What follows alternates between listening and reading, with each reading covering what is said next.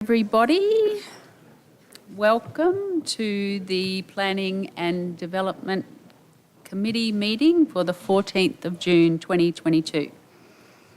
This meeting is open to the public and will also be live streamed. I'd like to thank those of you in the room with us today and acknowledge everyone watching via Council's social media channels. I acknowledge the Mayor, Portfolio Leader, Councillor Carl, all councillors, the Acting CEO, Mr Hauser, and the General Manager of Planning and Development, Mr Summers. I acknowledge the Aboriginal parties whose song lines traverse these lands we meet on today, the Western Waka, Guybil and Jarawar people, and pay our respects to their elders, past, present and emerging, for they hold the knowledge, the rich traditions and bold ambitions of Australia's First Peoples. Item number 2 is attendance and apologies. We have no apologies. And we have no leave of absence granted. We have one declaration. Councillor O'Shea. Thank you, Madam Chair. I inform this meeting that I have a prescribed conflict of interest in this matter. Sorry, it's for item 4, so the request for a discounted infrastructure charge under the Temporary Economic Development Incentives for Non-Residential Development Policy. I inform this meeting that I have a prescribed conflict of interest in this matter as defined in Section 150 EI of the Local Government Act 2009. The nature of my interest is as follows. The owner of the property is Brothers Leagues Club Toowoomba Pty Ltd. Brothers Leagues Club Toowoomba Pty Ltd is the principal tenant and major shareholder of the Glenholme Park Sports and Community Hub Incorporated, and I am a director on the board for the Glenholme Park Sports and Community Hub. So in accordance with Section 150 EM of the Local Government Act 2009, I will leave the meeting and stay away from the meeting while this matter is discussed and voted on. Thanks, Councillor O'Shea. Mayor, did you want to declare a...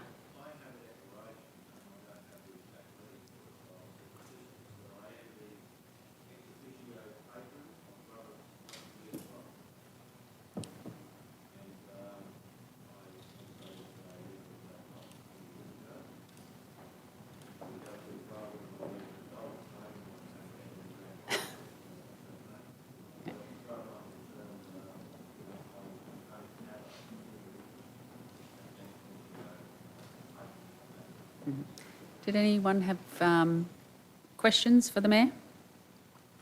No? Someone like to... Councillor Thanks, Madam Chair. Look, given the latest information that's come through from in regard to the Local Government Act, there is no requirement for an ex officio and even patron, in fact, for declaration of any conflict. But while that's the case, we respect the fact that it's anyone's choice in which to do that, and the Mayor's done that. But given the rules that apply at the moment, there is no need for the Mayor to, in fact, declare or stay or go out of the room, so he can stay. So you're not moving that? I'm happy to move that the Mayor stays in. Anyone second that? Councillor Shine, all those in favour? Okay, right, Mr Mayor, you can stay in and relive your former footy glory. Do we know Councillor Summerfield? Has anyone heard? There she is. Okay, perfect. All right, so we go to item number 3, which is the request for a full waiver of deferral of infrastructure charges in relation to a development permit for a material change of use code extension to an existing club located at lot number 1, Glenvale Road. Now, we've got 2 presenters, or just Kate? Just myself. Kate, thank you. It's going to take us through that. Thank you. Thank you, Madam Chair. Good morning, councillors. We are here for your consideration of applicants' requests for review of the infrastructure charges which have been levied on their developments. The Toowoomba and District Woodcrafters Incorporated is an approved club located on the showgrounds, and it has received an approval to extend their premise. An infrastructure charges notice was issued in line with the adopted charges resolution number 4, totalling $8,274. The Secretary of the club has requested a review of the charge on the grounds the club, which serves as a community function, is an incorporated association with a not-for-profit status as per their constitution, and are also a self-assessed tax-exempt organisation. The club does not qualify under Council's current policy suite. The General Manager of Planning and Development has requested the matter be brought before Council to seek resolution on whether the charges may be deferred under similar provisions as Policy 2.81, Deferral of Infrastructure Charges for Public Benevolent Institutions, Health Promotion Charities and Community Uses Policy. This would see 100% of the charge deferred. Thank you. Thank you. Councillor Carol Taylor. Thank you, Madam Chair. Just a question, if I might, in light of this. What's the difference between this group and a men's shed? There really isn't any. So I just think this is I actually would like to move the alternate motion that's in here because I don't see that there's any difference. This group has been in our community for a long time and they contribute a lot to our community. It's the same type of an activity to keep people involved and active, and most of them are retired people. And I see no difference between this and our various men's sheds. So I actually support the alternate motion and I'd like to move that. Thanks. Thanks, Councillor Taylor. Did you want an answer to your question? I actually do want an answer to the question because we're playing semantics here, I believe. I mean, I know our staff have got to deal with what policies that we have, so I understand that. But in reality, this group is actually no different to one of our men's shed groups in what they do. That's true in principle. The issue here is that it doesn't strictly conform to the policy that Council adopted because it's not located on council land principally. In every other way, it's similar to a men's shed and numerous other clubs that council certainly has acceded to. And again, the officers make a recommendation against because the officers need to be seen to be following council policy. Yeah. It's certainly acceptable, and as council has done many, many times, to actually go against that recommendation and agree to issue an approval for the discount. Thank you, Stuart. Or the deferral. Mr. General Manager, I'd just like to say that we're not, in my view, it's not going against. We have a policy.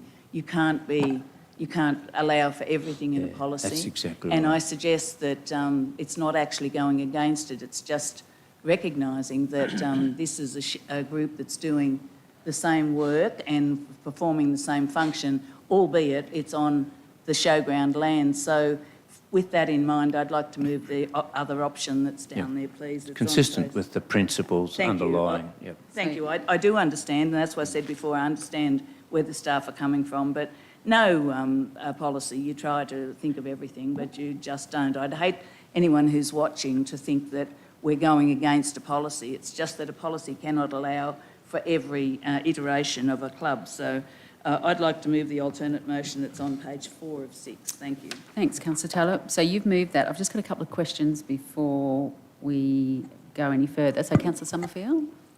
Thank you, Madam Chair. And I must admit, I agree that I think the alternate option is the better one, which is the infrastructure charge be deferred and not be available for funding. But at the same time, it will remain there for in case there's a change of use.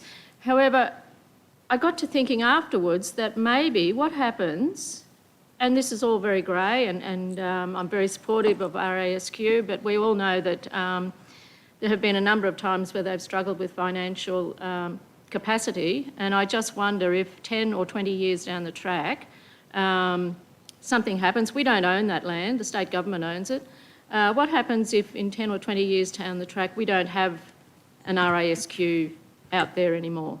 That it could be some smaller version somewhere else due to the intense financial burden that it has. So I just wonder, what would that mean for this $8,274 if the state government decides they're going to sell it off and develop it in 10 or 20 years' time? And I know this is fairyland, we don't know what the future holds, but I think we need to protect ourselves and make sure that we're looking after council's funds. Yep.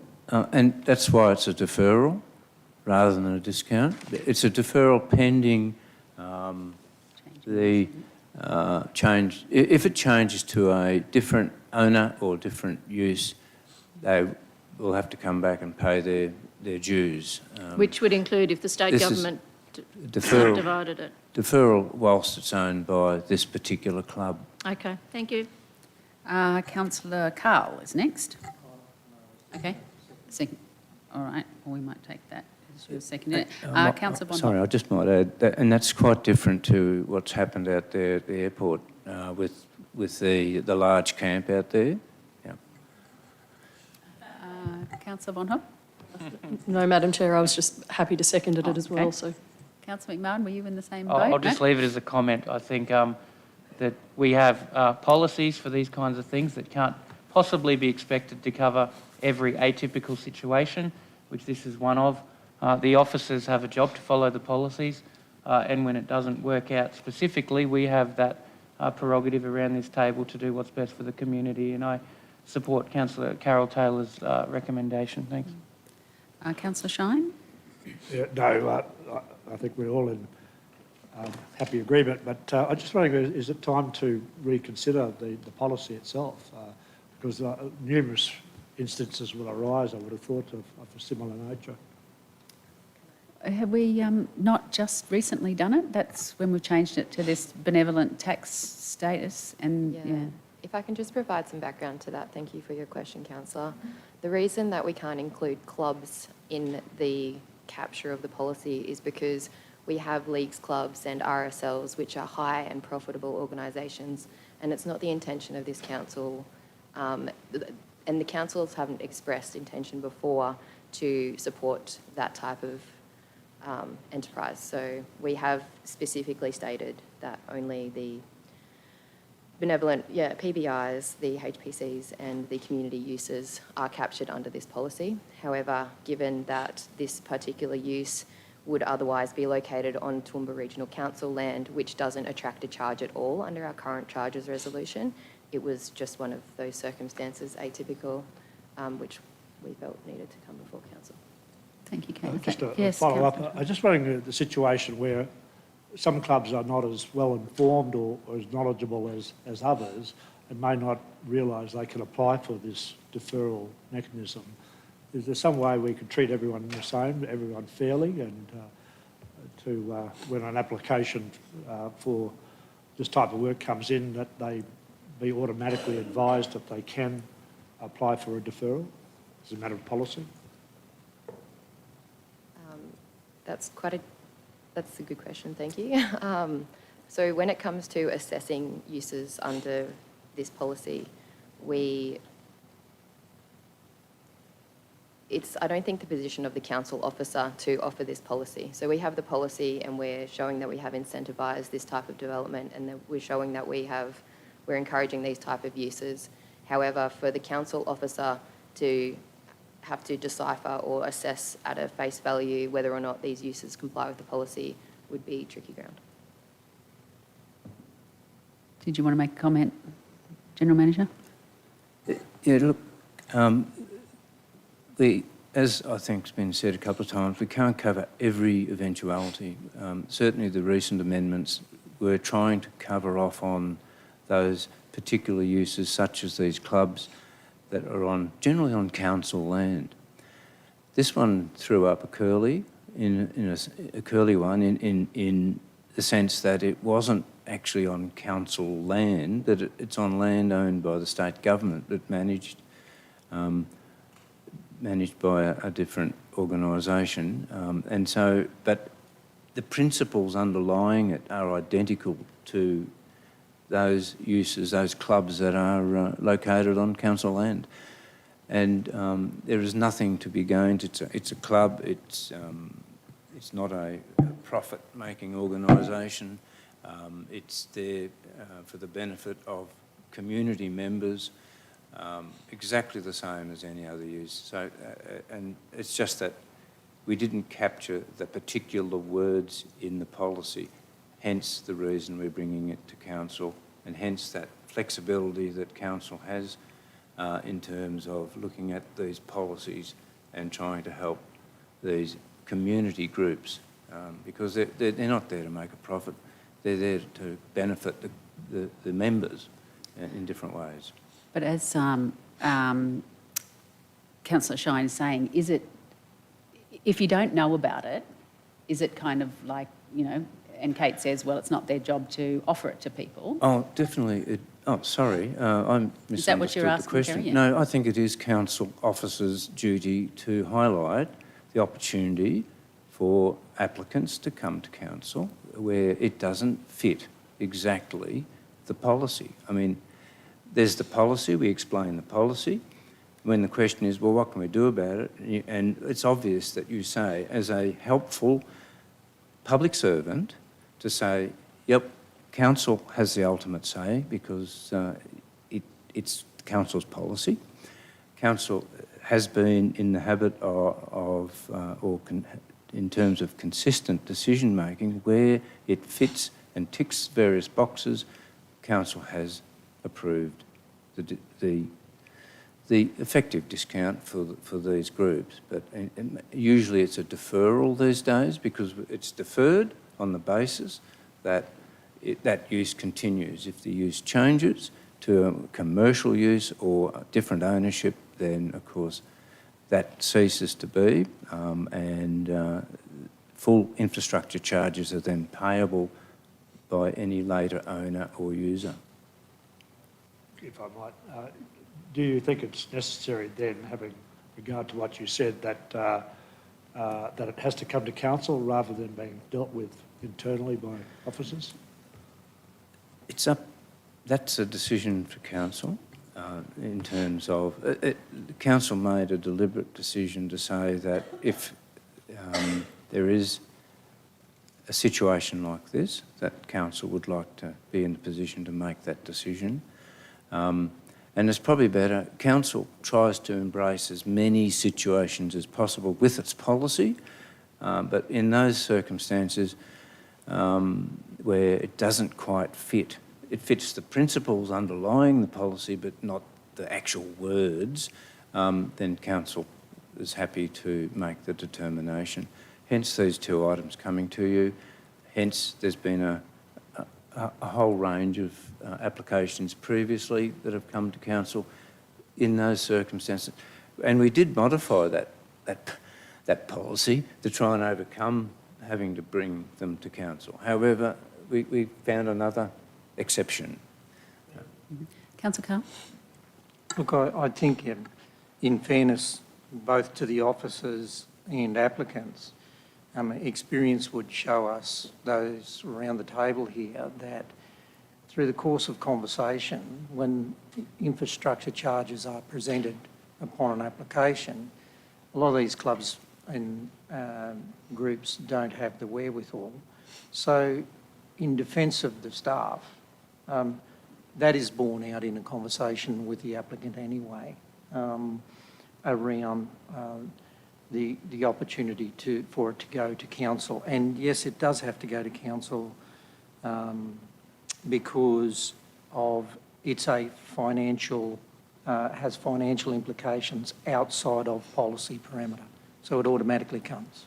So, you know, through the course of, let's say, conversation at both the officers level, the applicant via an email to councillors or to staff, I've found staff to be really, really reasonable in these circumstances where it's borne out the opportunity for these groups. So. All right, so Councillor Carol Taylor has moved, Councillor Bill Carl has seconded. Anyone want to go into debate? You put the motion that we approve a deferral of payment until the use is operated, while the use is operated by a not-for-profit, for-profit? Is that right? Is operated by a for-profit or entity, or the use changes. That's the motion.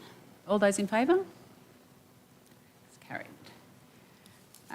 We move to item number 4, which is a similar, same but not the same. Councillor O'Shea. I don't think you have to read it again. Out you go. So, a request for a discounted infrastructure charge under the Temporary Economic Development Incentives for Non-Residential Development Policy for 189 Hursley Road, Glenvale. And you're going to do it again, Kate. Thank you. Thank you, Chair. Not Shakita. A development permit for reconfiguring a lot was issued in November 2021. The approved subdivision creates an additional lot that will accommodate a transport depot and warehouse. An infrastructure charges notice was issued in line with Charters Resolution Number 4, totalling $84,091.52. The subdivision does not qualify under our current policy suite. The General Manager of Planning and Development has requested the matter be brought for Council to seek resolution on whether the charges could be discounted under similar provisions as Policy 2.80, Temporary Economic Development Incentives for Non-Residential Development. The charge would be reduced by $54,751.97 to a total of $29,339.55. Thank you. Any questions for the officer? Yeah, Councillor McDonald, then Councillor Summerfield. Just a question. So, through you, Madam Chair, to Kate. So, am I right to, based on the report, I'm right to suggest that it aligns with the policy in two areas, but only one area it doesn't, which is around the use of the land use of where the development is? So the policy accounts for industrial uses on industrial land, and this is located in the community facility zone land, which is the reason it's not eligible under the policy. Yeah. And that's an anomalous situation now. The intent of that land is to be used for industry.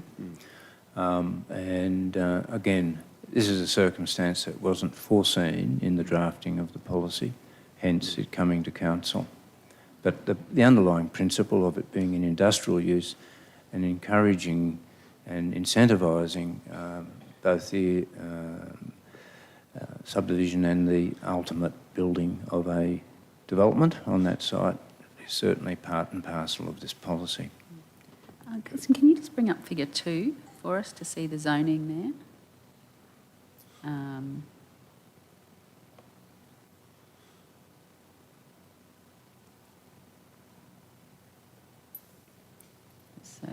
The next one, yeah. So maybe Kate, so we're talking the land in the middle of these two, is that right? No. Which is the actual site in relation to the rest of the community facilities zoning? It's that one in the middle, yeah. Okay, so surrounded by... Yep, the industrial. Yeah.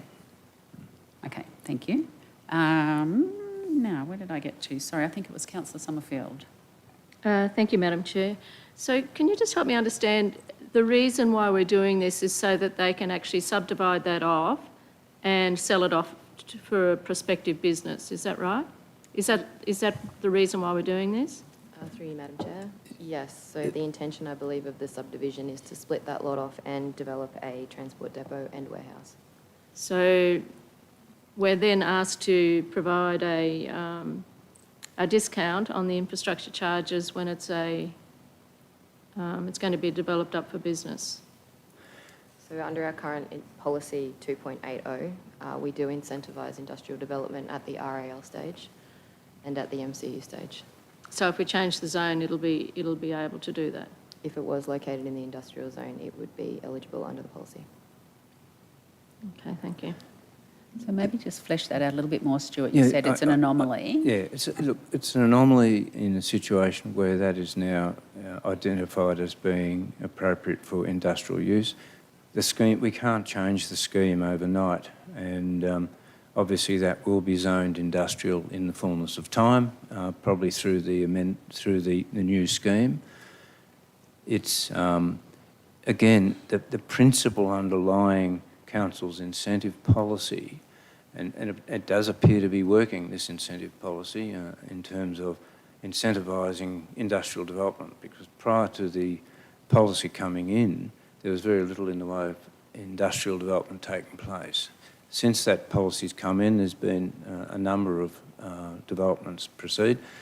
The only thing that's different here is the actual zoning upon which the industrial use will be taking place. It's been effectively sold on the basis of it being industrial. Because it's not industrial, of course, the application itself is impact assessment, but certainly the principle behind the incentives is that of incentivising, terrible word, industrial activity, both at the subdivision level and particularly at the building level. I mean, subdivisions, yes, a step forward. However, we actually want things to be built. We want factories and industrial activities to take place on this land and not just to be subdivided and passed around like trading stamps. So, and the policy does appear to be working. I'll add. Councillor Carl? Yeah, just a couple of questions through you, Chair. On that image that was just up, attachment 2, just where is the existing aged care facility in relation to that? If we go back to the satellite view. Is it not on Green Model Street? You mean? Ozcare? Or am I totally lost? Yeah, totally Okay, that's my first question clarified, no worries. So I was worried about conflicting land use as a neighbour. The other thing, I think you might have answered it, General Manager. This is a definite change in the new planning scheme, this area to be reclassified as industrial, definitely. Absolutely. Right. Yep. Councillor Carol Taylor? Thank you, Madam Chair. Just trying to understand this. Isn't that one of the fields where we was Brothers Juniors and they asked for forgiveness of a very large water bill on that? And it was thought when that was applied for that it was crucial for rugby league in the city and the future of rugby league. So I'm struggling to understand how it is so crucial for junior rugby league and now suddenly it's okay, we're wanting to sell it off to make a profit. That doesn't sit well with me, I'm sorry. It was like, and I can't remember the amount of money. It was quite a large amount of money. And is that the same ground? Is that the same field? I think it is. I might have to hand over to Nick on that one because, look, that's I guess, an issue with ownership and history, which in a sense, it's not something that we would take into account from a land use planning viewpoint. And ultimately, from a land use planning viewpoint, we're looking at that as future industrial land. Councillor McDonald, did you have something to add to the debate? Oh, just the juniors is on as we look on the screen, there's on the right-hand side. Right. Those two fields there. And we're talking about a block that's on Boundary and Hersley in the middle of that area there, according to Lot 1. That's the lot that they're talking about, isn't it? So on page 59 of board books, it would be Lot 1, which is the bottom left-hand. So that's where it is there. Yeah. So on as you look at the screen, there's a clubhouse in the middle that you can see the grey roof in the red. The seniors oval is immediately to the right of that, and to the left of it is vacant land all the way through there. That's used for overflow of car park. Councillor McDonald, through you, Madam Chair, the yellow block takes in all of that except for the existing field, I believe. The yellow block. If you're having a look at the yellow is the existing field, the seniors field or the juniors field, and if you have a look at the block that's highlighted there, you look underneath that, that's that whole area. Yeah, so it's the seniors field under the highlighted area, under the red square, but the lot that they're talking about to build is on the left-hand side of that. There's a clubhouse in the middle, you can just see it faded in there, and it's to the left of that along Boundary Road. So the block that's outside is the juniors. Outside the red on the left, on the right-hand side, as you look at it, is juniors, and the seniors is on the inside. But so, I mean, I don't know, and I take your point through you, Madam Chair, to Stuart, that we don't take that into account at this situation. But, I mean, we've been sitting there, been told if this is going to be changed or once this starts, there'd be nothing to stop them from developing and selling the rest of them. So it's really quite a different position that was put to council. Doesn't sit well with me, I'm sorry. Councillor Von Hoff. Thanks, Madam Chair. Through you, if we go back to figure 2, I've got questions, I guess, about the intent of the current plannings, the current zoning and the intent of the future zoning. So on that figure, Stuart, you were saying to Councillor Carl that in the coming planning scheme, this entire, everything that we'd see here, except where the houses are, is purple. It's because it would be either low impact industry or medium impact industry. Is that correct? That's right. And that field that's in the green on the corner of McDougall and Hersley at the moment, what about the zoning currently for that and the intention of that? Sorry, what was the question? What's going to Whether be green, intended for this yeah, one here? what's happening with the green in terms of the zoning? In the future. Yeah. I haven't, look, I can't really give an opinion on that. It's surrounded by residential, that one. If that's privately owned and not publicly owned, I don't know the circumstances of this. I ask because it's an old sporting field as well. So, Right. but what's Is it privately owned? Okay. Adam, did you want to make a comment? It's the old Newtown ground. Oh, okay. Well, I mean, if it's privately owned, then if council doesn't own it, that's a fairly important But issue. the zoning is what I'm interested in. Yep. They could possibly apply for a rezoning if they wished, or go for an impact assessment application over it, as is the case with this one. Yeah, so it's... Through you, Chair, they have already applied for rezoning for commercial. on that green site. parcel? Yes, Oh, it's been okay. sold Thanks. a few years ago. Okay. So, they have pretty sure it is a development approval for that site to change it to be, I think it was like a tavern and a commercial. So tavern, motel, childcare, servo, I missed one there, but yeah. Right. Because, I mean, I ask the question because I'm trying to understand. We've got a bit of a clash of worlds happening in this little neck of the woods. We've got industry, residential, commercial now, Yep. all coming together within, a couple of 100 metres of each other. And if we're considering the issue that's before us today, and we've got a planning scheme that we are currently operating under, knowing what's coming down the track. So I guess for me, the question is, what is the intent? What are we actually trying to achieve as a council in that area? And is the intent that we want residential and community facilities to coincide and coexist, or is the intent, to your words, it would be, GM, that no, we want that to be industry, overall industry? It's privately owned land. If council, if that was part and parcel of a council strategy for open space, then council would purchase that land as open space. That my understanding is it's not part of any strategy at the moment, and it is effectively surrounded by industrial activities, that corner, and it's basically been deemed that that is an appropriate use for that land, given the surrounding industrial land. So, yeah, but the point is it's privately owned. The one point that's out of kilter at the moment is the zoning.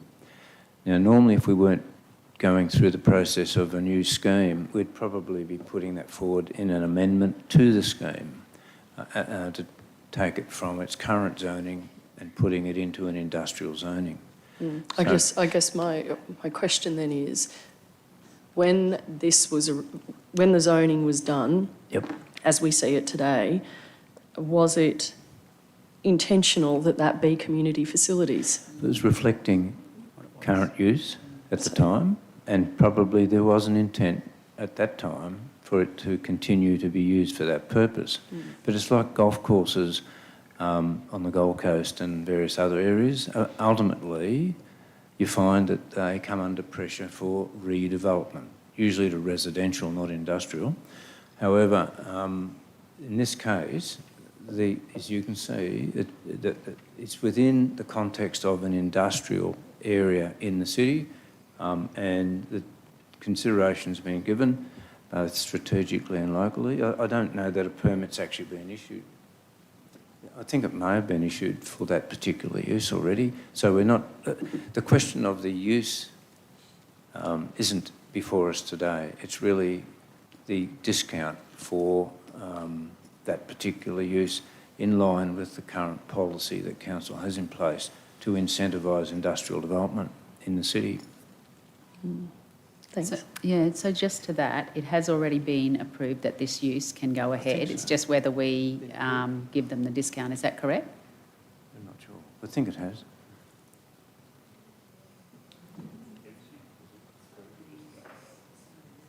So the RAL has been approved, but the use has not yet been approved. But the intention is that they will lodge for that. Yep. Councillor McMahon, you were next. Thank you, Adam. Oh, look, Chair, I had a comment on there's a footy field 100 metres away across the road.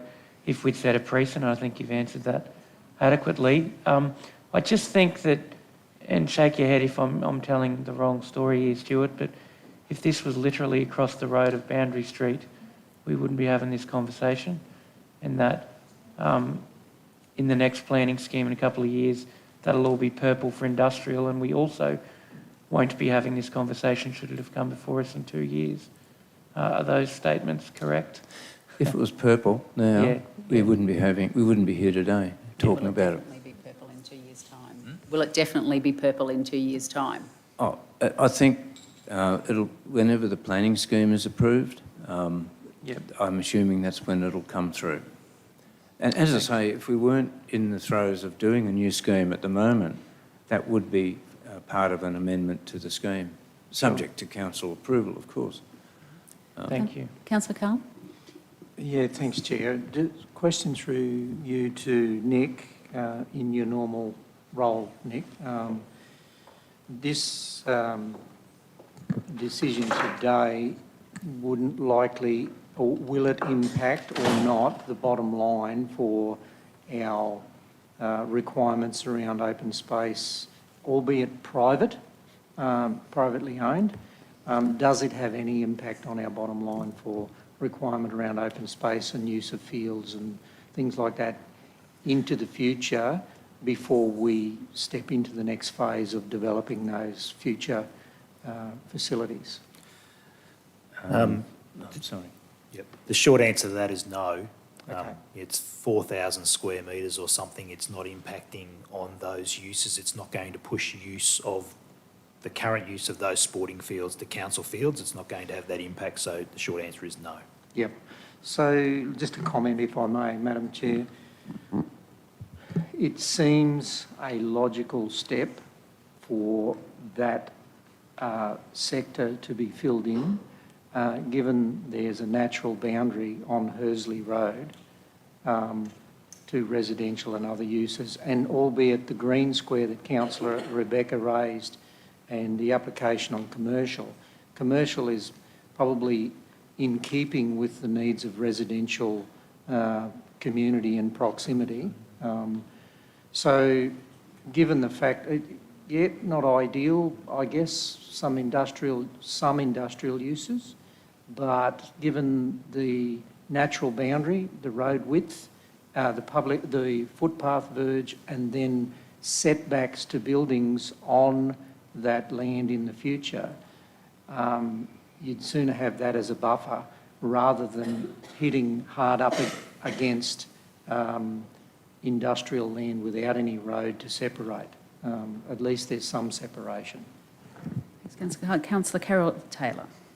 So, Madam Chair, it's becoming, I guess, where council will be provided to supply all the sporting grounds.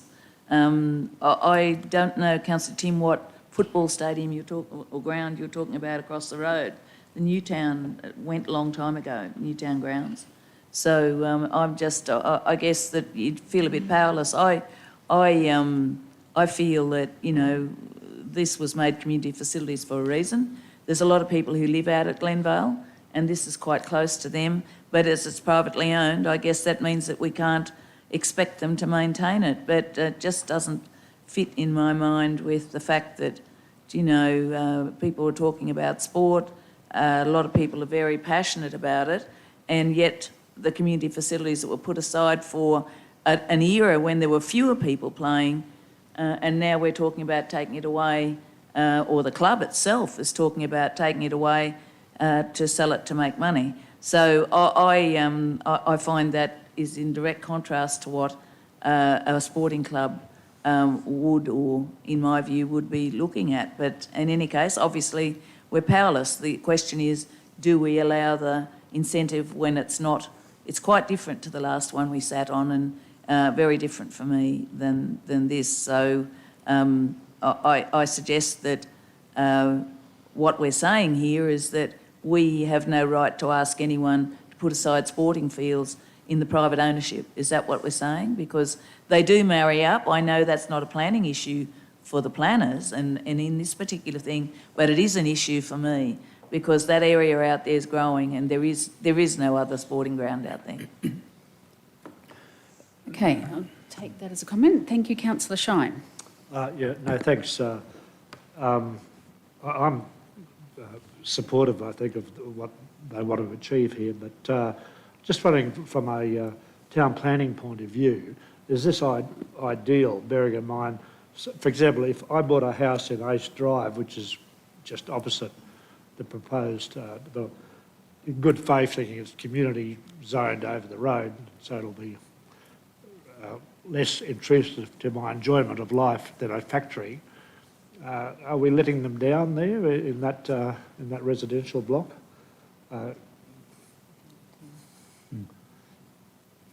What was the actual question? Well, you know, from the point of view, if you are a resident in that residential block across the road, just a few yards away from what we're talking about, are we letting them down by changing or facilitating the changing of zoning from community to industrial in the future? It's an interesting question, the way you've put it. I don't think we're letting them down. That land is privately owned. If council wanted to retain that site as a sporting grounds, then it should buy it. It can't impose upon the owner.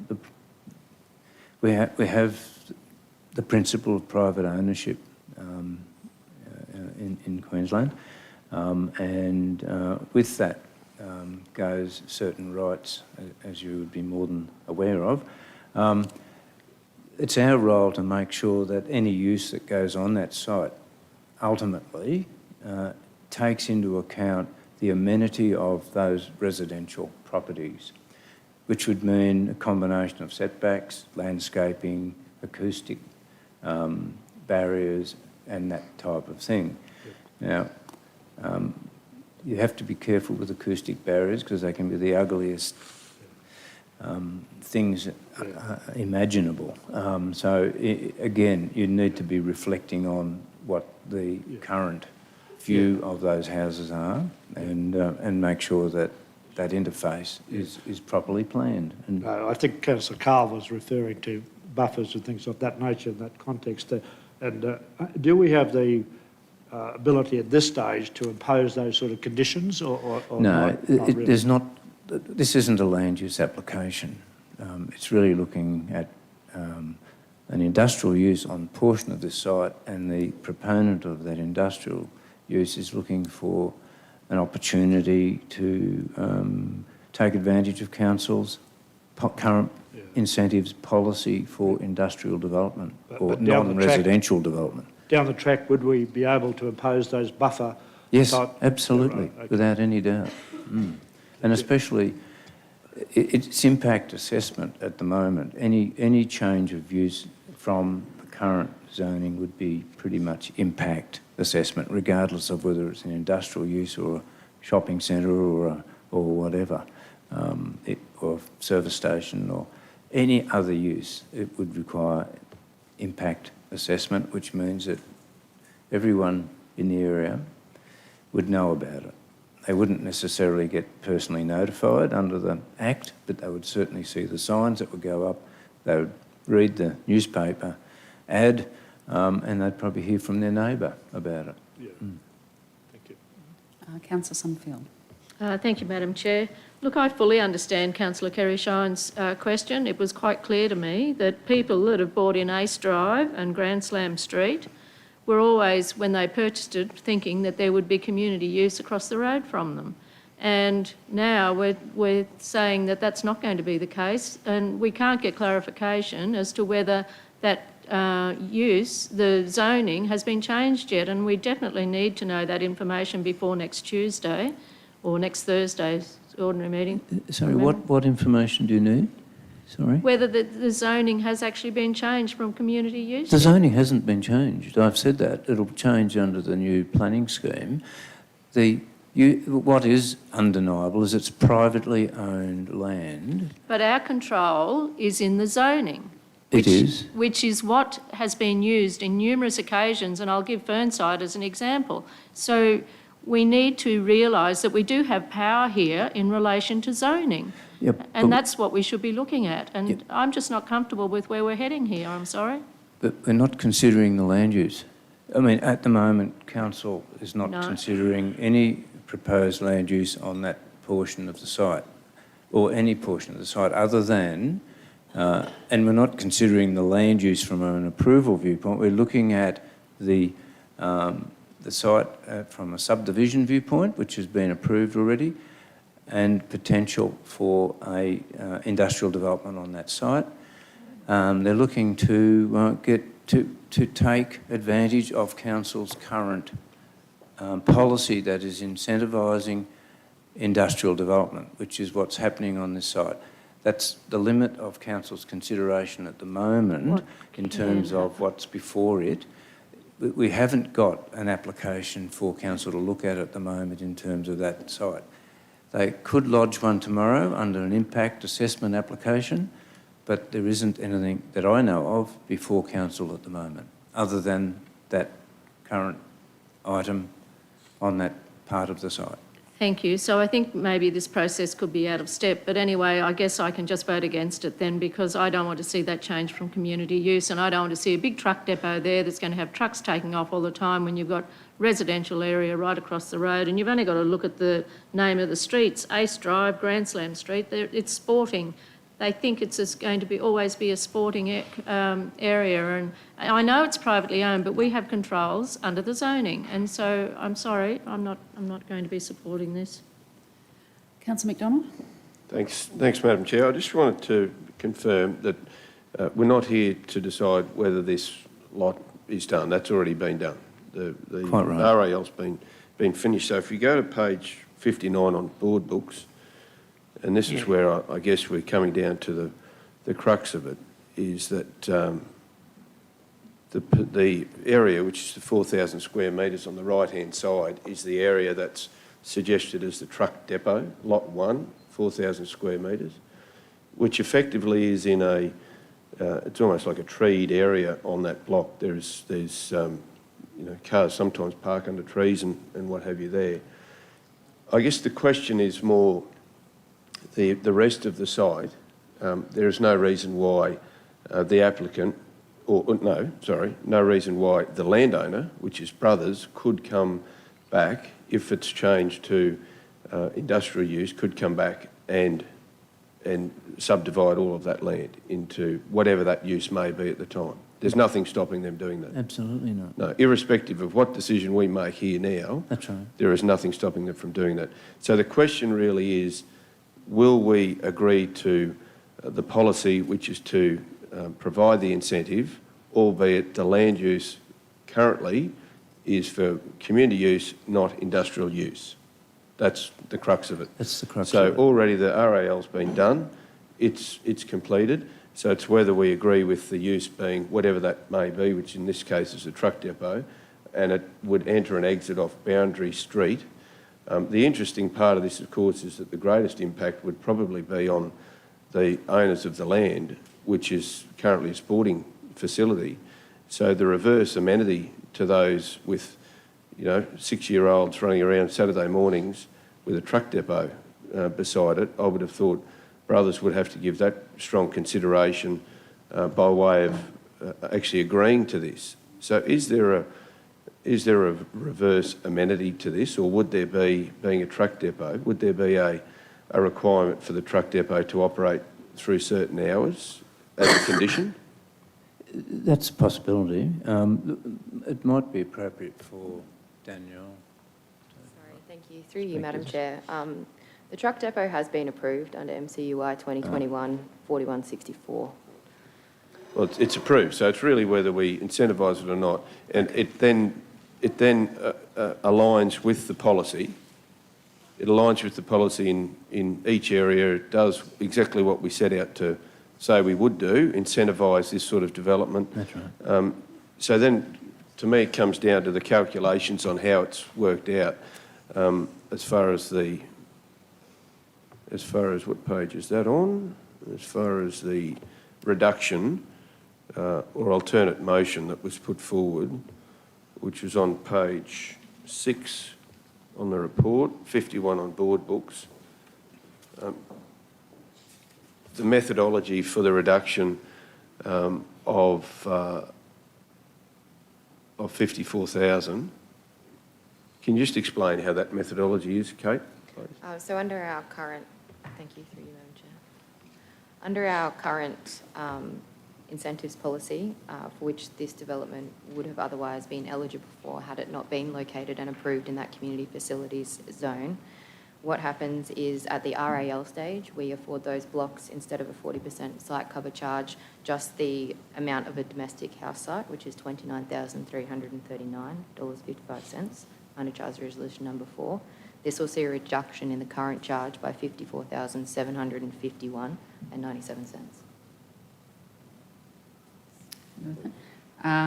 Councillor McMahon. Thanks, Chair. Yeah, look, I was just going to pick up on this is an approved idea. We're not here to decide if a truck depot is going there or not. We're here to decide if we defer the infrastructure charges or not, right? I disagree with the idea that the residents in Grand Slam Street are going to be terribly affected by this. It's a 4,000 square metres out of a 100,000 square metre total parcel, which is not backing onto Hursley Road, it's on Boundary Road. And I think the noise of the All Whites on game day would probably outweigh the truck depot somewhere in that site, to be honest. I was also going to say that whilst I share the concern that they perhaps could start cutting off bits of their still currently zoned community use, perhaps soon industrial use site, and start selling it off for industry one at a time, I wonder whether a footy club who's very well established and has been in that area for several years would consider doing this too much. And I actually don't think they would, but that's a decision for them. But I think that it is where it is. It's a community use facility in a sea of industrial, which will be industrial soon, and we're called to discuss whether it should be charged with infrastructure under a community use or industrial facility. Councillor McMahon, have you got a question? No, that's all. Councillor Carol Taylor. Thank you, Madam Chair. I do have a question. I know that's not what we're here to discuss, but I'd like to know how a subdivision could be already, the RAL could be approved on community land when it wasn't zoned for industrial, and how that's already gone through. I feel that I'm sitting around this table for no reason, and I think that, to me, that's the answer. I know that's not what we're here looking at, but that's come as quite a shock to me, that that's already been done on community use land. Who would like to make a comment? I think Danielle. Danielle? You're in a position to talk to this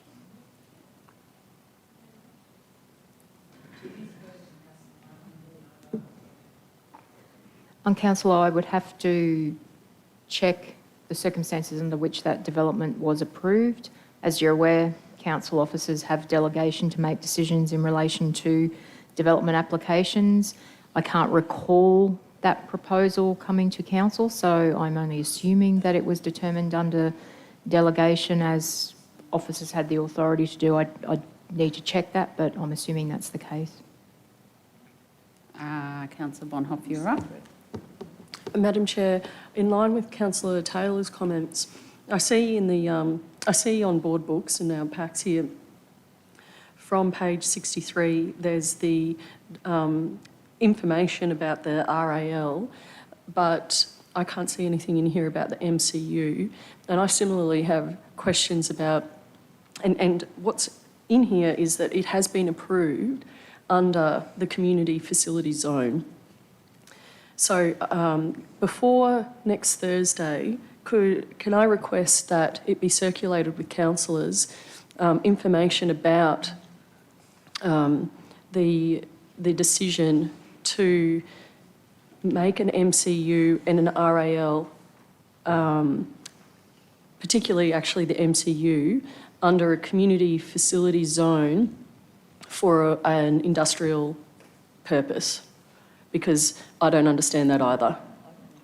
That seems like a big change and one that would require a council decision. So if that could be circulated with us, please. I understand what we're here today to vote on, but there are questions back down the chain that have implications for today's vote. Yeah, thanks, Councillor Bonhoff. Councillor Shine? Yeah, no, thanks, Chair. Just want to clarify, in fact, withdraw my remarks that I made before in relation to the interference with the amenity and Ace Drive and the other residents there. I was looking at a different map, and if you look at the one on page 59, as Councillor McMahon pointed out, the proposed Lot 1 is a good deal of a distance away from Hursley Road and hence from that residential block. So the points I was making might well apply to the proposed Lot 2 and what happens there in the future, but I couldn't, in fairness, couldn't see any loss of enjoyment of amenity in relation to proposed Lot 1, so I withdraw those remarks that I made earlier. I did take your question to mean in the future. I thought we were talking about the future development of that site and the impact it might have on those residents, and it's very pertinent, and will obviously be taken into account.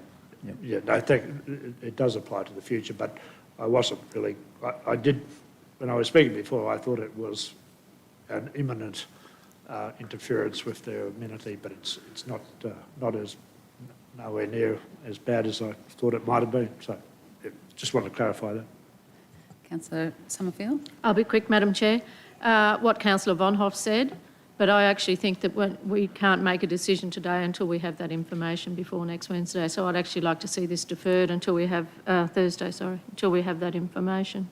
That's my view. Okay, well, we'll just get to that in a second. Can I just ask one question, Acting CEO, about our sport and healthy living program? When that was designed, I would imagine that they're looking at how many clubs and, all of that. How does that affect that, the loss of this, or is it the loss of this?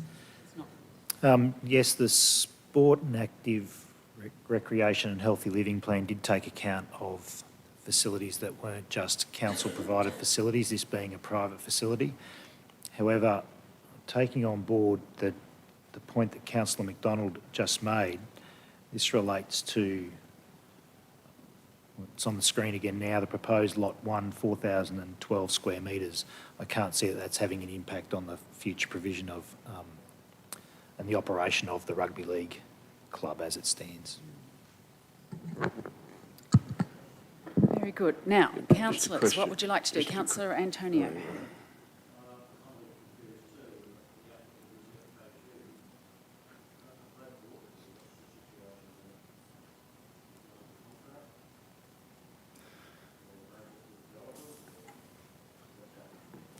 Adam make a comment?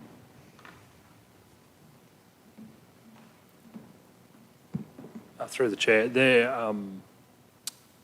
I think they've been engaged to assist Brothers in getting the approvals, but they're not as part of the development per se. So, yeah, they're the applicant, but they're not a future tenant or the developer. So they're essentially helping them out. I'm assuming they've been paid to do it, but they're helping Brothers to develop that site. Councillor Carr?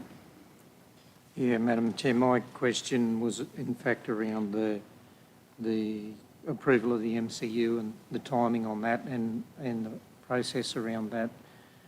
So whilst, I don't know, do we defer it until next week? Albeit that we are where we are because it has been approved, however that's taken place. And the matter before us is exactly as described. Do we see fit to incentivise this with the onset of a change in the planning scheme? That is obviously subject to the consultation process through the new planning scheme, of course, as well. So as we move through that. So that's the question. Do we make a decision on the incentive today? Because that's the component, because we are exactly in the position of that's an approved application and a change of use. Or do we defer it? Is that going to affect the decision today or for next Tuesday? They're the questions I have. Okay, thank you. Well, with that, the recommendation is that council refuse the request for discounted infrastructure charges. So is anyone prepared? And there is the alternative. Sorry, Councillor McMahon. No. Could I move the alternate recommendation first? Keeping in mind that there was, I think, an idea to defer it. I don't believe that's actually been moved either, but happy to take guidance. If neither have been moved, could I move the alternate recommendation? Thank you. Okay, so you're moving the alternative recommendation, which is on page 6. Do we have a seconder for the alternative? Councillor Shine. Anyone like to move into debate? All those in favour of the alternative recommendation? That's 1, 2, 3, 4, 5, 6, 7. Motion's carried. Thank you. Thank you, councillors. Thank you, Jojo. Chair. We'll get James in from outside. Okay.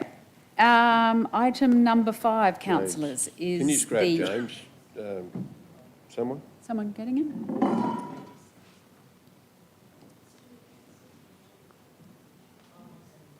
Yeah. Yeah, we'll get that information about. Okay, very good.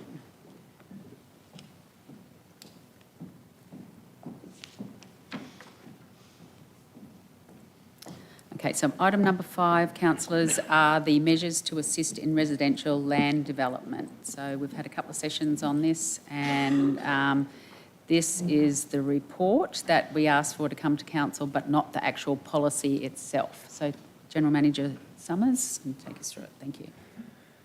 Thank you, Madam Chair. Good morning, councillors. This has certainly been a well and truly talked about item before it's come before you. It's gone through 2 fairly lengthy briefings. It's certainly it's a result of discussions with parts of the development industry. The various recommendations have come from the UDIA and Chamber of Commerce and various other development interests. And as a result of that, it was basically, I guess, kicked off by Council passing the resolution on the 18th of April, where basically four 4 particular incentives were asked to be brought back to council in terms of a report looking at the feasibility of those particular items and how they might be implemented. The 4 items related to a 50% reduction in the operational works fees for a maximum period of 12 months, a temporary local planning instrument to be prepared to change the assessment level of parts of the emerging community zone, an infrastructure charges discount for medium density development, how that might work, and to consider the option of a charge pipe arrangement for medium density development. They were the 4 initiatives that council resolved that officers should look at and bring back to them in the form of this report. The contents of the report certainly have been discussed at length with council already, and I won't take council through that, but the result of that has been the 4 recommendations at page 2 of the report, and each of those recommendations address in particular each of the 4 items, initiatives that were part of that resolution. So, as I say, many of the issues in this report have been thoroughly discussed by officers across the organisation, by the development industry and community, and councillors.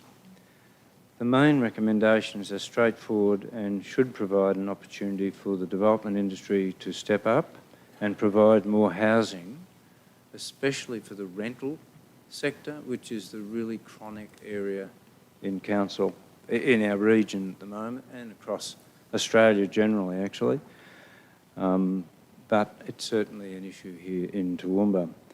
And also to continue to assist developers in providing family homes for that particular detached housing market. We have officers here that can assist in answering any questions that you might have, councillors, but I'll now hand over to you for questions. Thanks, Stuart. I mean, this is a really critical thing, and I don't need to explain that to anyone, but as a community, we have listened to our community, and these are the things that we can do, are in our power to do. So, I thank you and the staff for responding to this and getting it back to us as quickly as we have. Councillor Carl, Yeah, Madam Chair, I'd like to move an amendment to the recommendation, and Kirsten's brought that up on the screen.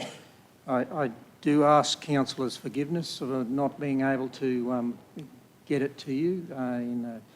We discussed at length with officers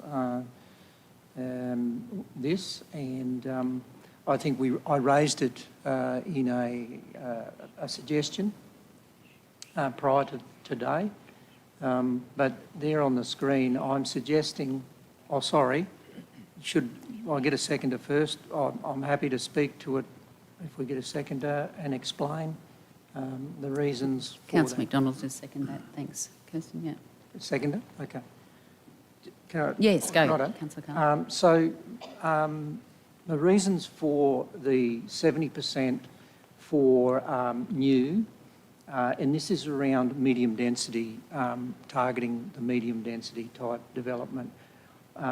And we moved from 50 to 40 on the existing and from 40 to 30 for duplex dwellings. Before I explain the yellow, the reason why I suggested those percentages, if we are to send a clear message to the community and to the development fraternity, I think it's really, really appropriate for us to look at assisting and channeling those efforts, incentivising those efforts. And the reason for that, history tells us, we looked at some statistical evidence that tells us that the greatest yield was around the medium density when we were producing some medium density. We know there's been a drought on as far as that. The times are changing in as much as the price points for this type of development has dramatically changed of recent times, a couple of years. So the yield historically tells us that this is the sort of development that we can help ease the rental crisis, and we get the best yield as far as housing choice for those people who want to move into those types of dwellings. The location has also been validated through Council's extensive study and research of recent times, and I'm sure Michelle would be happy to talk to that as the Head of Strategic Planning. It has been borne out that this sort of development is actually popping up in the places where Council already has it designated in the planning scheme and within the priority infrastructure area.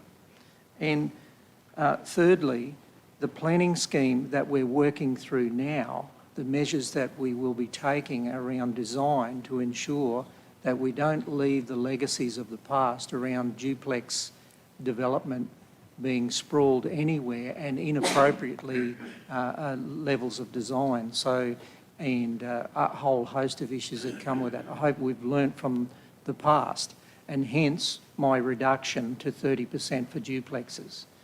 So the yellow, in simple terms, and Danielle may wish to correct me, but this is talking about certificate of classification.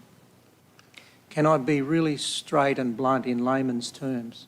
This is a measure that we are trying to realise real estate on the ground, houses on the ground, medium density development that gives us the best yield on the ground, and not the 70% being pocketed by the landowner or the developer. So that is why that certificate of classification for the development, which must be issued on or before the date to be specified in the policy. So we're trying as best as we can to put some measures in place to alleviate that housing crisis, as the General Manager has talked about. So, Thanks, Councillor Carlton. I think, the trying to get the new approvals means that they're assessed under the new codes, which is much more stringent than the old, and so that's why we want much more new approvals, because understandably the issues or the worries that people had previously have been tightened up in the codes now. Councillor McDonald? Thanks, Madam Chair. Councillor Carl, thanks for bringing those numbers forward and for explaining how you've worked them through, which is terrific. Just confirming that you're moving all 1, 2, 3 and 4 with that amendment? yes. Okay. Well, that's okay, so I'm happy to just remain as the seconder of it. I do have a couple of questions or comments, if I could, because we jumped in pretty quickly. Stuart, in regard to the first one, which is around the TLPI, we mention in a couple of spots some different yields in land that this could produce. Could you just explain to me, on page 105, it talks about 5,500 lots could be realised through the different measures of how we've allocated the parts within emerging community zones that fit the criteria. And yet on page 115 of 208, we say estimated lots of 3,650. And the reason I raise that is because if we work on 800 lots per year, that is a difference of 1.5 years or so. Mind you, as Councillor Carla said, the reason we're doing this is to speed that process up. So we may realise those numbers a little higher, given the willingness for us to push this through. So those two numbers, if you wouldn't mind explaining, because as we've worked through with the various industries, whether it's UDIA, the Chamber or Advanced Toowoomba, it only takes an assumption that might be out by a fraction to change the overall numbers. So could you just explain that difference for me? Yes, I think the more accurate number is certainly in the attachments, which relates to, I think, the 3,600 odd lots. 3,680 on page 152. There are two figures. Because we haven't included all the emerging community zone, for the simple reason that we didn't include emerging community zone that's outside the PIA, or those areas that that had constraints that really would be problematic with an approval that only relied on a code assessment application. So that reduced it back. And that figure of 5,000 odd, I think from memory, it may have been left over. It may not have been picked up in the editing coming through with the more recent information. And that more recent information is certainly that which is contained in the attachment that talks about, in terms of the overall emerging community, there's an estimate. And these numbers, by their very nature, are reasonably rubbery because it depends on the size of the lots and a whole range of other issues at the time the developer develops. However, the approximate estimate was 7,700 lots for the whole of the emerging community zones, and the zones that have been picked up in the TLPI would produce, using the base that we've agreed with the industry, about 3,600, 3,700 odd lots, which in a sense is about 3 to 4 years of product that would. However, I mean, the emerging community zones are only part of the land that's available. There is still a lot of land that's actually zoned residential, particularly in Highfields, but also scattered around the region. But so it's in addition to that 3,700 odd lots is in addition to the existing zoning that's there and being developed at the moment. Thank you, Stuart. And you did mention the assumptions we've used, which we're aligned with, which is the 11 dwellings per hectare, Absolutely. 800 lots per year. The only nuance, if you like, or variance is that we've included areas in low flooding. We've included the low flood areas. Low flooding, because we all know through the work we've done through the planning scheme and building that you can with varying things. So therefore I'm comfortable with where you've come to in regard to that. And based on what you've said, it sounds like it's more of a conservative number, 3,680. We have been very conservative. We didn't want to overblow the numbers. It's better to be on that conservative side rather than the other. Okay. Last question for me. The timing around the process for the TLPI, can you just explain that, please, Stuart? Yep. Basically, normally it would take between 2 and 3 months from council's resolution to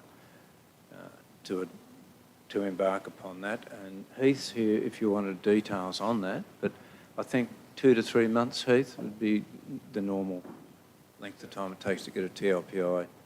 There's no exhibition involved. It really needs the nod from the Minister. We send up the amendment, the Minister signs it off, and then Council comes back to Council for adoption. And it's a fairly quick process. We have been in discussions with the department already, and there doesn't appear to be too many hurdles being thrown up. So just on that same subject, so given that this is not the actual policy, will the policy come back when? Next month? The policy To take to the Minister? for the TLPI? Yeah. Yeah, yes. It's an amendment process. Do you want to talk to this, Heath? I mean, Heath's the expert.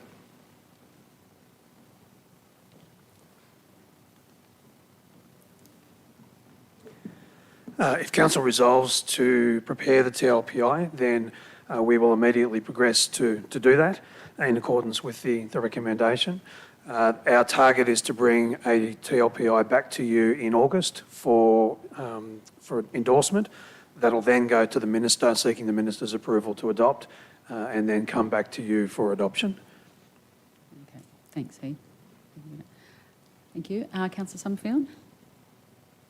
Thank you, Madam Chair. I just wanted to talk about the charge piping, if I could. I raised it in the workshop that we did, and I thought that we were going to be advised which councils actually use the charge pipe. Thank you. Adam?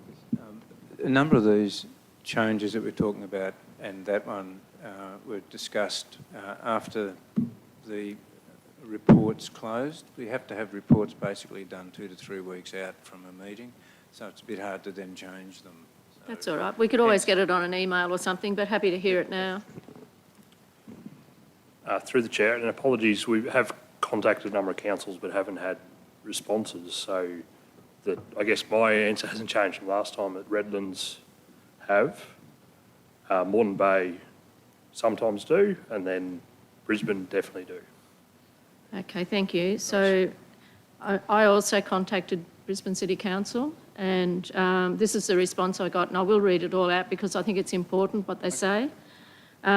Charged roof water pipes are not identified in our planning scheme. As such, BCC does not put on any requirements such as charge systems because they are not contained in the building codes for standalone house applications. We condition soakage trenches where houses slope down away from the streets.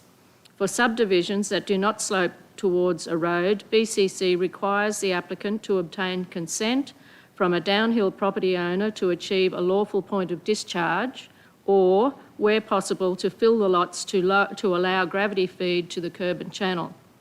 For material change of use applications such as multi-unit dwellings, which is what we're talking about here, our first option again is for the applicant to obtain consent from a downhill neighbour to allow gravity feed.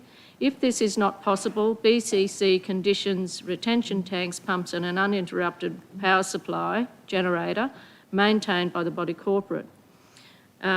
They also referred me to Ryde Council, City of Ryde. Prerequisite information: this type of system is only permissible for single occupancy or small duplex developments, will only be considered as a last resort, and letters from adjoining property owners indicating a refusal to grant a drainage easement must accompany the application. The letter must indicate that a reasonable amount of compensation has been offered for a drainage easement. Must have a minimum of 1.8 metres between the roof gutters and the front boundary of the site. Must have a fall from the front boundary to the curb line, and will only be permitted if there are no drainage problems downstream from the site. So to me, that once again highlights my concern around this number 4, and if we're going to vote on it, I'd like it to be voted on separately, or we can do some more information before the next meeting on next Thursday. I'm not at all comfortable with charge pipe, and particularly when we're focusing on multi, not just dual, but multi-unit complexes. So given that information that I've been able to get, I'd like to see us do more work on that, if that's okay.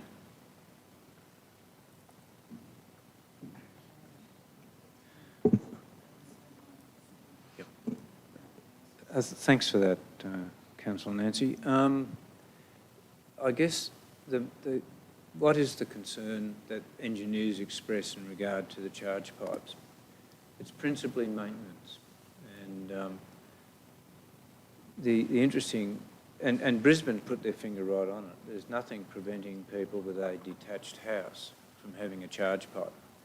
They tend to go for bubblers, which is probably even less desirable in many ways than a charge pipe. Because the maintenance is the issue with the charge pipe, ensuring that the charge pipe continues to function as it should. With detached housing, it's hit and miss, to be honest.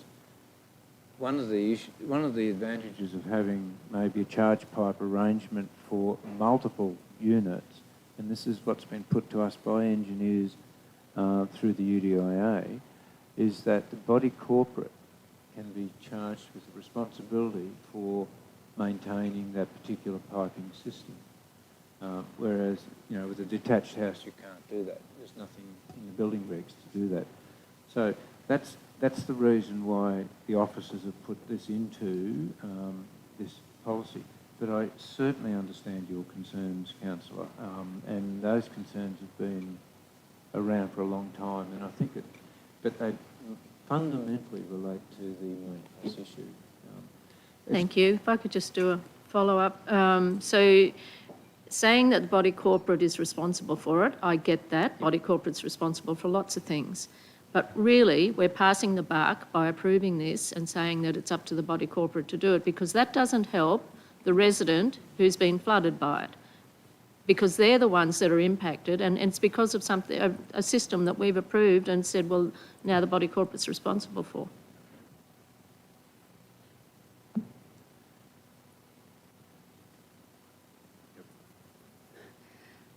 Okay. Councillor Antonio.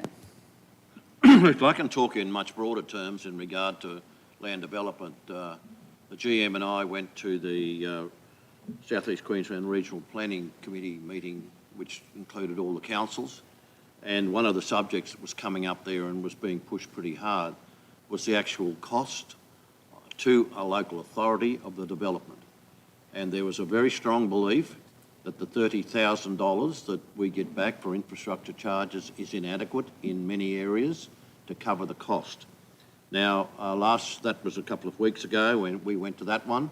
Last Friday, I went to a lunch put on by the LGAQ, where the Deputy Premier was there and his DG, Mike Kaiser. And it came out very strongly there, and some of the people brought forward some of their costings.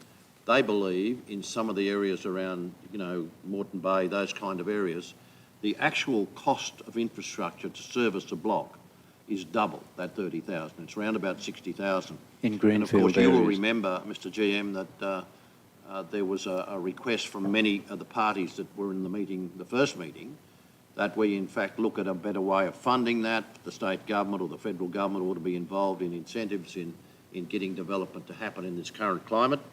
Well, it was the same story last week, only it was far firmer, coming out of the likes of Moreton Bay and those places where there's massive development, and they believe it's costing them around about $30,000 a block to provide all the enabling infrastructure for development. So I think that's a subject that you'll see pushed forward in the not too distant future. Yeah, I know it's not directly relevant to what we're talking about. Oh, it's fairly relevant. I would add to that those figures, like double 30,000, which makes it around 60,000, were coming out some years ago as well. Because what's happening is that obviously the capped charge, the original charge under the PIP, as it was called, Priority Infrastructure Planning documents, precursors to the LGIP, the original charges were supposed to be an incentive to stop leapfrogging. In other words, the further out you are, the more expensive in greenfields it is to provide infrastructure. So some of the planners involved in those early schemes were looking at charges of $70,000 to $80,000 a lot, and that's going back to the early 2000s. So it certainly hasn't gotten any cheaper. But interestingly, in that meeting last Friday or previous Friday, there was a couple of bods talking about looking at the charges in the existing urban areas, the built-up areas, and looking at the capacity that's there in infrastructure, the roads, the sewer, the water, and in some cases stormwater, but certainly not in our case. And that capacity, that latent ability to increase densities without it costing the $60,000, it makes a lot of sense to have a close look at how we go about developing our region and certainly maybe trying to capture in a smarter way some of the capacity that's there in our existing older areas. But yeah, it's certainly topical, and most councils are telling the government that $30,000 is a lame effort when we're trying to roll out infrastructure into these greenfield areas. Very expensive and getting a hell of a lot more expensive each day. Councillor McMahon. Thanks, Chair. A couple of questions. Stuart, I enjoyed Councillor Carl's additional numbers, putting new developments at 70%. We originally briefed on just existing ones, but actually like the new ones because, as the Chair pointed out there, the new planning scheme. Is it something you foresee that some of the existing ones may withdraw theirs and then redo it under the new one to save effectively double the money? Is that something you see? Yes, happening? we had that discussion this morning, and yes, that's a strong likelihood. They may, in fact, do that. Depends really. There's a bit of messing around they'd have to redesign it and then resubmit and go through the process. But I think with Councillor Bell's changes there, it provides an additional incentive for them to do that and to try and meet the current standards, if in fact they don't at the moment. So we don't necessarily mind that happening because the newer standards No, I think that's fine. Yeah. If they're coming back to meet the new standards, then that's great. That's a really good side effect. No, that was my question. Next one, I note that we brought a motion from the chair of the ordinary meeting concerning the TLPI. The motion was that we have an information session, land in the emerging community zone, that is within the PIA. And I note that within the recommendation today concerning the TLPI, the PIA isn't mentioned. Is that assumed? You don't think that clarification All those areas are inside the PIA. Yeah. Yep, that was a criteria, basically. Yeah. And also we excluded those areas that were constrained, had that's what I thought you'd say. significant constraints. And those areas with the significant constraints could well be inside the PIA, but there are issues that really require a level of assessment better than code assessment, where there are particular difficulties, excessive slope, adjoining developments that are incompatible with residential development, contaminated land or whatever. Yeah, no, I think it's good that the land you've done, and of course, this will effectively save a developer a couple of years' worth of paperwork. Absolutely. To bring the land in the emerging communities forward, which I think is a great idea for here and now. Final question. This needs to go to a minister for approval. I note that preliminary talks in the report were that it was favourable and that other councils are doing it. Do you think it's a formality, the ministry approval, or may we doing all this work for something that's not going to happen? It's never a formality. The minister's consent, the minister and the staff down there have a close look at what it is and make sure that it's not contrary to good planning or any state policies. So they have to tick boxes and things like that. What we do as officers is generally pave the way, make sure that we're picking up any issues that there might be in terms of any TLPI in particular. And make sure that we cover off on that before it hits the minister's desk, just to try and, walk the walk that we talk. We prepare a good application for the minister to be able to make a quick decision. Thank you. Councillor Von Hoff. Thanks, Madam Chair. A comment and then a question, please. The first comment is in regard to what Councillor Summerfield was talking about with the charge pipes. And that is to say that, General Manager, your approach and your perspective was from the engineer's primary concern, being maintenance, but listening to what Councillor Summerfield was saying, it's a different perspective that's being presented, and that is from the residents, the neighbouring residents. So I would just really encourage and urge some more consultation pretty quickly with the councillors on those charge piping issues in the coming days, because it is something that several councillors have discussed as being a concern for them. So if we can get that. The second question, well, the question that I have, Councillor McMahon was just talking about the minister's approval of this, and in addition to the cohesiveness with the legislation, my understanding is that the minister also has to be able to justify the TLPI because of urgent or emergent circumstances. So my question is, through you, Madam Chair, what are some of the urgent and or emergent circumstances that council believes would allow justification of the TLPI from the minister? I mean, I could answer that, but did you want to pick that one up?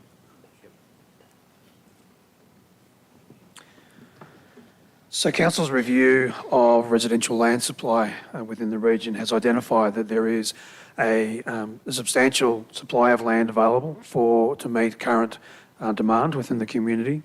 However, that supply has also identified that there are some barriers or constraints to that land, some of that land being brought to market. One of those constraints are the administrative constraints associated with being in the emerging community zone, and recognising that there is, the development industry has reported to council, and we're seeing evidence of increasing land costs, rents. There is a clear need to facilitate the development of land for residential purposes. As the General Manager has said, we've discussed this issue with members of the Department of Planning, both in the Brisbane and Toowoomba offices, and they fully agree that those the circumstances that need to be met by the Minister are in fact in existence. The only caveat to that is that council needs to fully document that and demonstrate that, but prima facie they agree that those circumstances do exist, and there is a strong case for the Minister approving the TLPI. Okay, thanks very much, Heath. So I guess in terms of the administrative constraints, really what this would do is it would speed up developments by several years. Great, thanks. So Stuart, while you're there, you might just explain, it's the variation request, isn't it, that they find quite prohibitive on the emerging communities land. Explain what that is. Yes, because it's emerging community, development is impact assessment, and the reason it's impact assessment is because we generally require, in most cases, a master plan approach or a planned approach to show particularly how the development will take place across the entirety of the site and how it interfaces with adjoining development, if there is adjoining development, or how it might facilitate adjoining development. Also takes into account difficulties with the site, slope, flood areas, existing vegetation and that type of thing. To do that, that's a whole process that the developers have to go through and then lodge that with their application.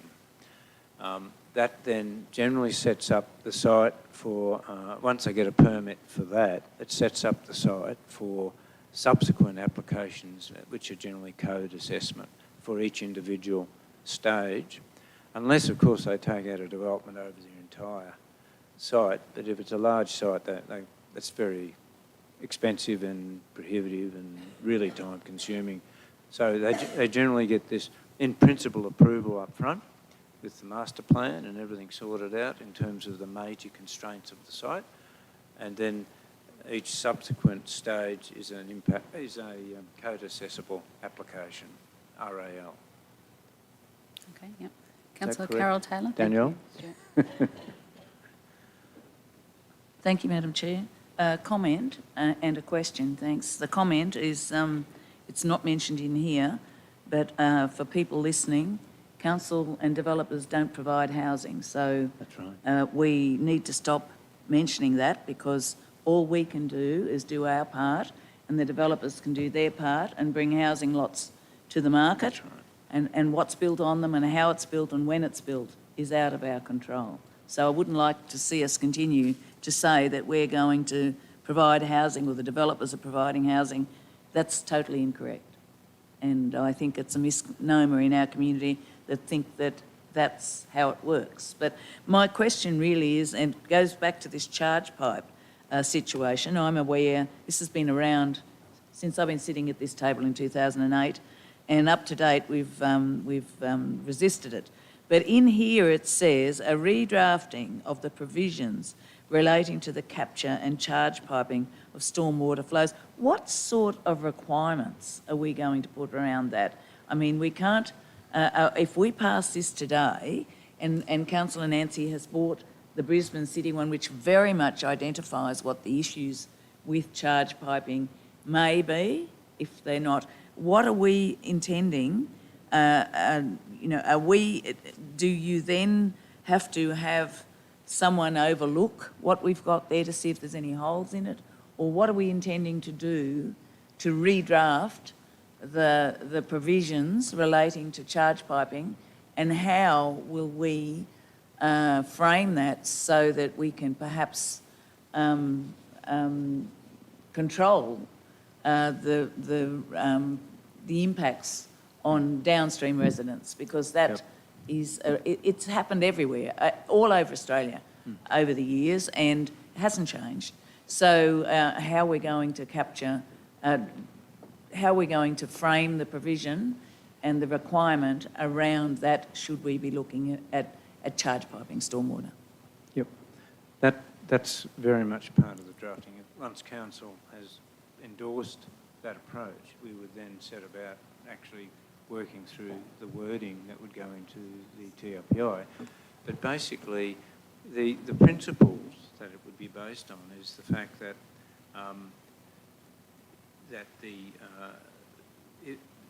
basically all roof areas, and we are talking about roof areas for charge pipes, that the entire roof area of any development is picked up and sent through that charge pipe through to the drainage in the street. And that's an engineering issue, and engineers are more than capable of designing a charge pipe that can achieve that outcome. So I guess, Stuart, that's what I'm asking you. Yep. Will we have that peer reviewed, I guess? It's pointless for us to say, yeah, you go away and do that, and then it may open the door. Council gets the blame for everything, and it opens the door for, we've just had 4 events in a matter of about 7 months. So, it would be at events like that where it could be well down the track before we see the outcomes of what we've done. And unfortunately, it would be that we would see it in impacts on individual people, not. So we're going to have that peer reviewed. Will that come back to council before it's in there, or can I at least be assured it'll come back to council, that it'll be peer reviewed by a group? Yes, thank you. Yep. I mean, we need to get the wording right, and we need to make sure that the body's corporate here on in would take that as one of the many responsibilities that they have already. And interestingly, I mean, the body's corporate already look at issues of drainage anyway. They have pavement drains and other pits and what have you that need to be maintained and cleaned out regularly. They do that already. So there's nothing new under the sun, and there's nothing new with this technology. The issue with the technology is lack of maintenance. And what happens there, if it blocks up, then you get all the water pouring out from the... Yeah, I understand what happens the to it. gutters around the buildings, and it just concentrates and makes the whole drainage issue more difficult. and hence the engineer's concern, and particularly with detached individual people. Tomorrow I could build a charge pipe. I don't have to get a permit or anything like that. Basically, my house goes to bubblers, Mine as does do most older houses in the older areas. They drain to bubblers, which, when you stop and think about that, that must cause many problems that are remaining unsaid. But, yeah, to answer your question specifically, yep, we'll be having the provisions drafted, and those provisions will come back to council as part of the TLPI draft that council will have to sign off on before it goes to the... And thank you, Stuart, and thank you, Madam Chair, for your indulgence. But, I mean, I'd like to thank, again, we've listened to the community. I support this, and that's my only concern. So I thank them and congratulate the staff on all the work that's been done on this. Councillor Melissa Taylor, can you hear? Is that Stuart's? You need to put your that last microphone up little a bit. bit was a little bit hard. Sorry. Bit quiet. I'm sorry, I'll speak more loudly.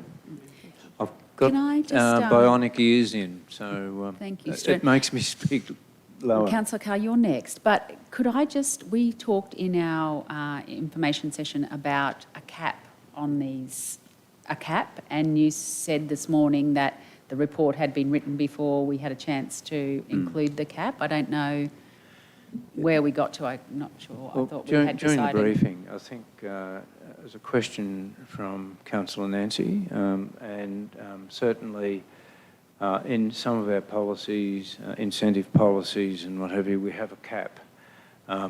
This one is a little more difficult to do, but it doesn't mean we can't have a cap. And because, and we're looking at, I think in the report I talk about potential foregoing of around $3.5 million based on previous experience. If council was at all concerned that there could be a runaway figure, if this policy really takes off, then we can have a cap, say 4 million or 3.5 million for that matter. And the officers would try and track the approvals that are being ticked off. And if it's starting to look like there may be, it may be much more popular than we thought, and we could be approaching that cap, we can bring a report back to council indicating that the cap is likely to be breached. Because, and the difficulty is that they've got to go through the approval process, then they've got to build it, and they've got to get their certificate, and then all within the 24 months. So guessing when we're approaching that level is going to be a bit of an art form rather than the science. However, we could live with a cap if council was of a mind to put a cap in there. Okay, we'll have a bit more discussion about that. Councillor Carr, it's part of addressing that risk that we picked up about cost overrun. Thanks, Madam Chair. Look, as the mover, I'm at council's discretion on the majority feel around that.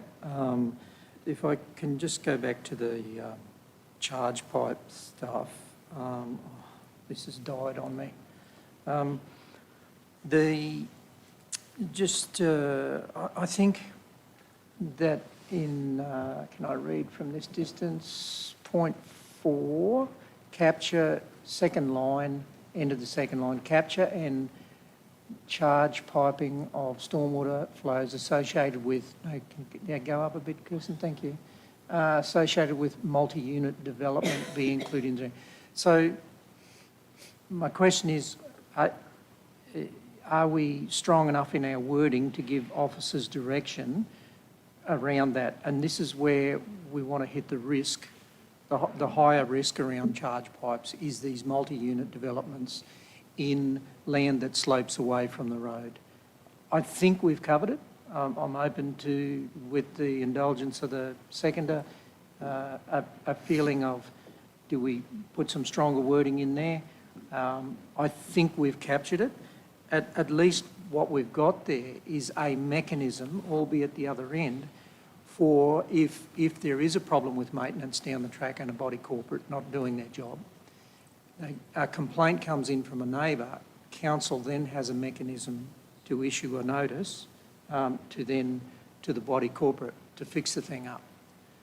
Whereas Stuart's already explained in a single residence, there's really no obligation around how that water's discharged. So I think that's at least a mechanism. To the Mayor's point around the cost of infrastructure, this is the reason why I raised those percentages for council to consider. Because we have a lot of sunk costs in the networks, and there's 5 of them. You know, your roads, your water, stormwater, Open space. sewerage, and parks. So whilst there isn't latent capacity generally across all of them in some areas, but in most areas in these infill sites where we're looking to get yield, and in this PIA, we've got latent capacity in these networks, and that's where we can pick up delivering a better value proposition for the ratepayer at the end of the road around this latent capacity in trunk infrastructure. So that's why I've done that. And I guess the challenge around, and I hear Councillor Nancy's concerns, because I'm concerned as well, and have been in the past, and have been responsible as a previous council for putting measures in around these charge pipes. But the dilemma we're faced with is housing shortage, principally in the area where we've got most yield in the past and where we can get most gain. And it comes in the context that we live on an escarpment. We've got hilly country. And some of that land is potentially sterilised because of charge pipes and the current rulings we have. And the sector has spoken to us about this. So halfway, a meet in the middle, in my view, is that we regulate the higher risk multi-unit development in this land that is a challenge for us. And I think it's a way Councillor forward. Carl, you know what I'm going to say. Yeah. I've said enough, so. Is there a question in that? Okay, thank you. Councillor McDonald. Thanks, Madam Chair. A couple of things. Firstly, the item number 4, that a draft amendment, and I think you answered Councillor Carroll, General Manager Stewart, through you, Madam Chair, that we'll be able to see the policy that's around that before it's approved. Absolutely. So that hopefully will pick up on a number of things that Councillor Summerfield's researched over the last little while, and some were mentioned actually by Michelle in regard to having information on the title and what have you for subsequent owners of that property. So that gives confidence around that, and it'll touch on that risk profile. So I suggest when you do that, it would be nice to have a risk criteria around what that'll be and how we're mitigating it as part of that policy, so that not only we understand it, but those that are applying under that way will do it. The second part of that, and it's a question is in regard to, and I think you've mentioned a few times, a standalone house, not attached house, they can now, as of right, do what we're talking about. Is that correct? Absolutely. So how do no we... stop for a bubbler, because it's cheap. Through a bubbler? Yeah. So do we... Everyone knows what a bubbler is. Yep. Do we have any other regulations on that particular approval in regard to using if we're using what we're suggesting here, charge piping on the residential, which they can now, as of right, do we have any other regulations on them placed on detached houses? On a detached house? No, we can't regulate detached houses. So therefore there's some level of an anomaly in regard to what we're trying to do, albeit it's unit development. So I wonder in your thinking whether there's a maximum number of unit developments where this may be inadequate, this system, or may be adequate, and I don't know. Well, engineers might have a better idea. Like if you've got 200 unit developments, it might be something that system can't work, but that's up to you guys. So that's a comment. The last one was in regard to, and Madam Chair, you raised it, in regard to the capping.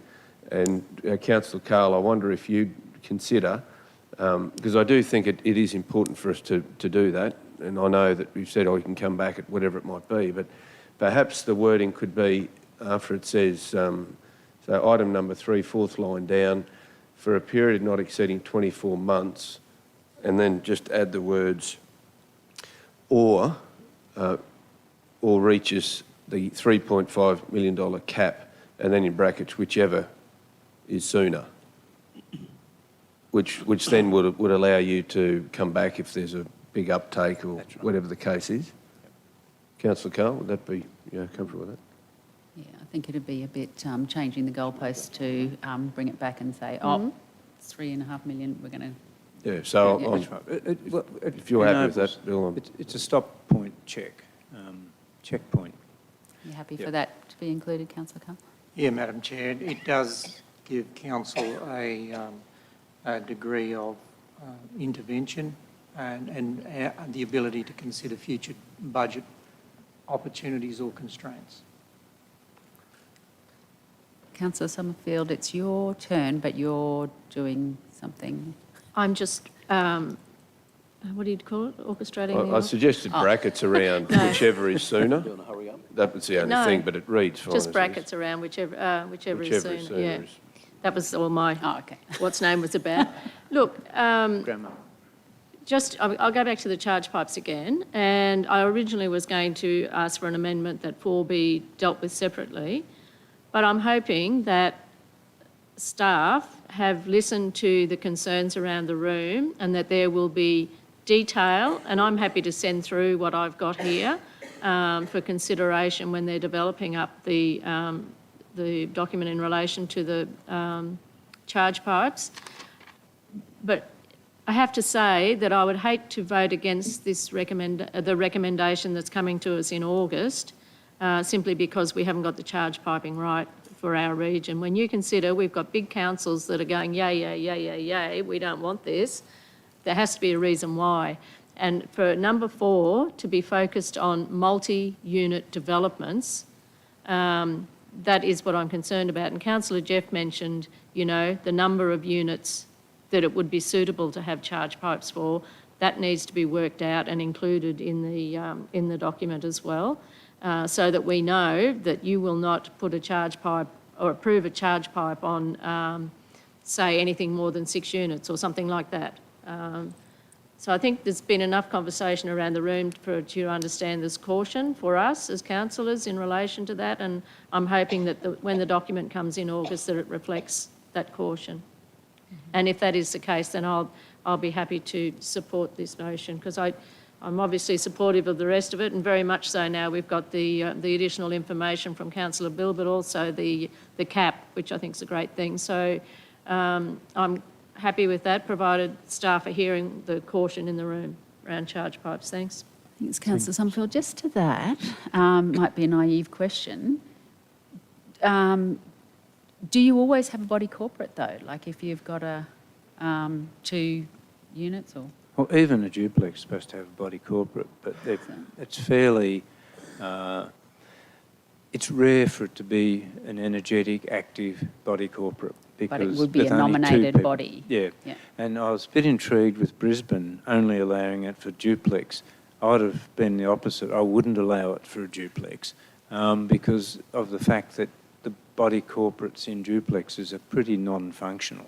They have to be there if they're... they have to be there if you're going to seal and subdivide the 2 units. There are a number of duplexes that are never subdivided, and they're sold as investment properties and they really never have a body corporate, an active body corporate. So duplexes are a bit different, whereas in 3 or more units you have to have a body corporate, and it has to be a secretary and a president and a committee and all the rest of it. So the bigger the development, the more active and involved body corporate is. And in fact, I think the state government was making noises about some legislation to streamline and toughen up the body's corporate type approach in these things with the legislation, with new legislation. So, yep, to answer your question specifically, yeah, there has to be a body corporate. Thank you. If there's no other questions, I'm just going to go back to this, Stuart, and I did ask you about it this morning, because I think the community's concern with any of this is going to be poor quality outcomes. So in the report, it's got that Economics Associates where they did the feedback from the previous policy. And they talk about, does the policy achieve quality outcomes, and talking about reviewing the stakeholders who had been involved. And they say in that report there, a suggestion was made that council could consider developing an incentive policy for developments that achieve towards best practice outcomes. It was suggested that council could use its urban design panel or third-party certification with one of the various development rating tools, for example, Enviro Development, to assess worthy applications. So is that, I asked questions, I think Michelle said, that we are assured that with tightening up our code from what we changed in 2019, I think it was, that we are going to get quality outcomes and we don't need to go to something like this. Do you want 100% assurance? Well, no. I know basically, with the existing... we are in a much, much better position today than we were in 2011, 12, because we have a set of provisions in the scheme that are aimed at achieving much better quality design and built outcomes. Council went through 2.5, 3 years with the community, and council very much involved in increasing the standards and looking at ways to achieve better outcomes. And so that wasn't the case in the previous process. So in a way, we have reflected what Economic Associates were recommending in their summary by a much more broader approach, a greater and broader approach in terms of looking at the standards that are set in the scheme as a way to try and achieve better outcomes. Unfortunately, and my flippant remark, which I apologise for, the reason we can't guarantee 100% because in the end it boils down, you can have the best plans with the most beautiful landscaping and pavement designs and things. It boils down to the builder and the standards that the builder uses in the end. But generally, if they start off with a good plan and great ideas for design, they will build a better product at the end of the day. But there's no 100% guarantee that that'll happen. But certainly a much better chance of it happening today than it did for the previous exercise. Yeah. All right. Okay, I think we've exhausted the questions and the comments. So Councillor Carl has moved and Councillor McDonald has seconded that we accept those recommendations, the 4 recommendations there with the inclusions of the changes that Councillor Carl has made, and the cap and the other on the charge pipes. All those in favour? Yay, that's unanimous. Thank you, everyone. Very important. Can we, yes, move to adjourn? Move to adjourn just Councillor for 15 McDonald, minutes. Councillor That's okay. Shine, we are on 5 minutes past, so 20 past. Thank you.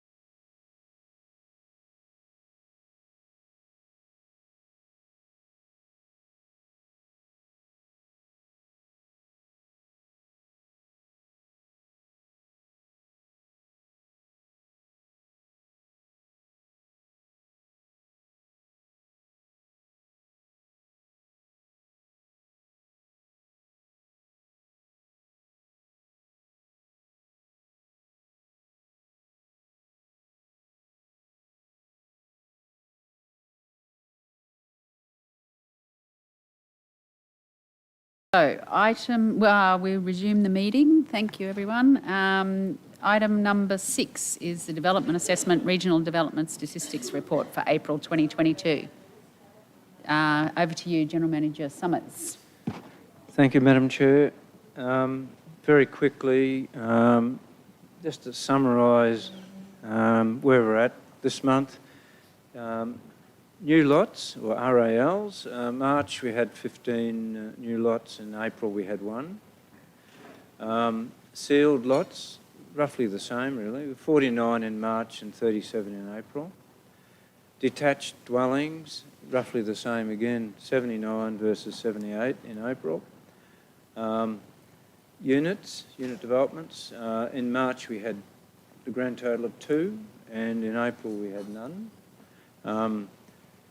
Building approvals, we had 301 building approvals in March versus 248 building approvals in April.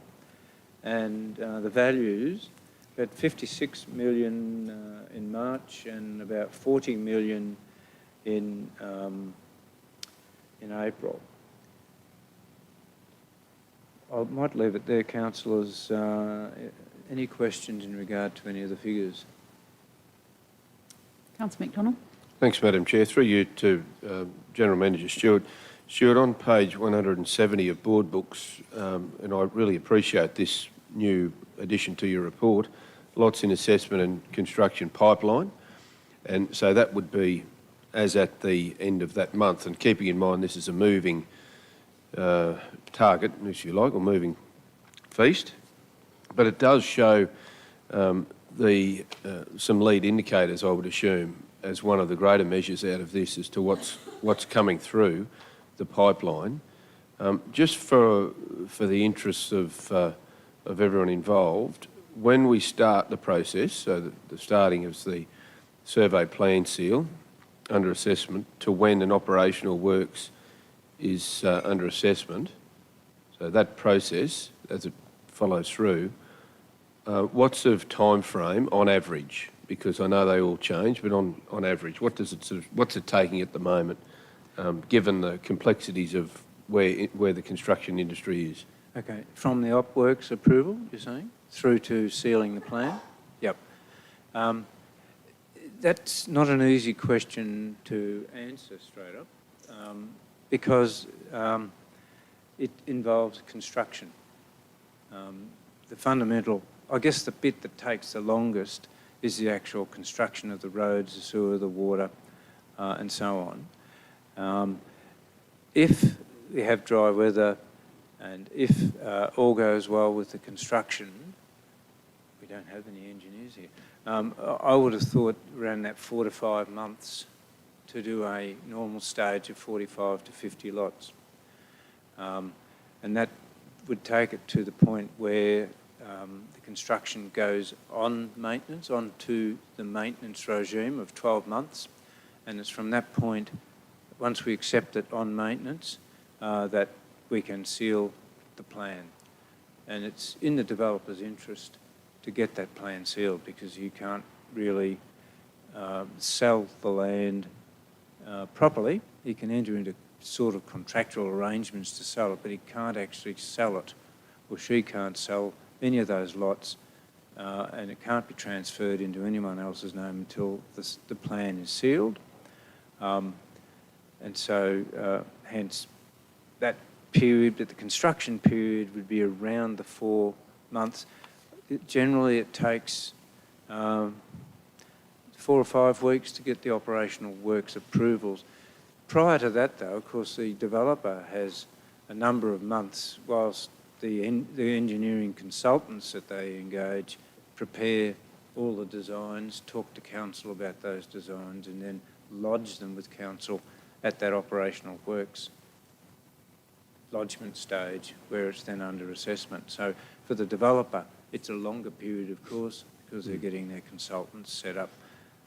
But certainly from go to woe, probably that's 6 months, if it's a good, smooth process. Sure. Just to follow up, thank you for that, Stuart. In regard to infrastructure charges, they're not due and payable until after those Sealing. 6 months. That's right. Once the and that's the other thing, the infrastructure charges are paid prior to the sealing of the plan. Although council has a policy that allows the developer to have some lenience where they enter into an agreement and a bond for the amount, because sometimes by the time a developer gets to that point, they've pretty much spent most of their cash, and it enables them to get cash flow that then comes back as payment of that infrastructure charge. But fundamentally, infrastructure charges are paid before the plan is sealed. Thank you. No, I just asked that in the context of the report that's coming to the Economic Development Committee tomorrow in regard to the extension of some of these policies and the timing and the sunset timeframes we've got on some of those policies. So thank you. Appreciate it. So just to that, Stuart, I was under the understanding that the infrastructure charges were levelled at the commencement of the use. That's for MCUs. Oh, okay. Material changes of use. That's for shops, factories, apartments, units. Anything that's an MCU, not an RAL. RALs are paid prior to sealing of the plan, but an MCU is paid once the once the use commences. Okay, thank you. Any other questions? Which is for a the lot General harder. Manager? Lot harder test. I mean, it means council's got to be constantly checking because there's nothing in the Act to mandate that an applicant should notify council that the use has commenced, unfortunately. Tricky.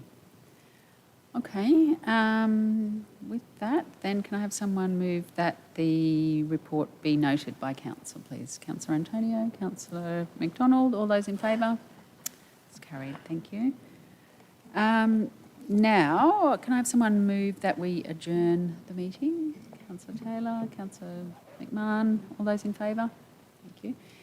Do you guys just want to do it from where you are? Yeah.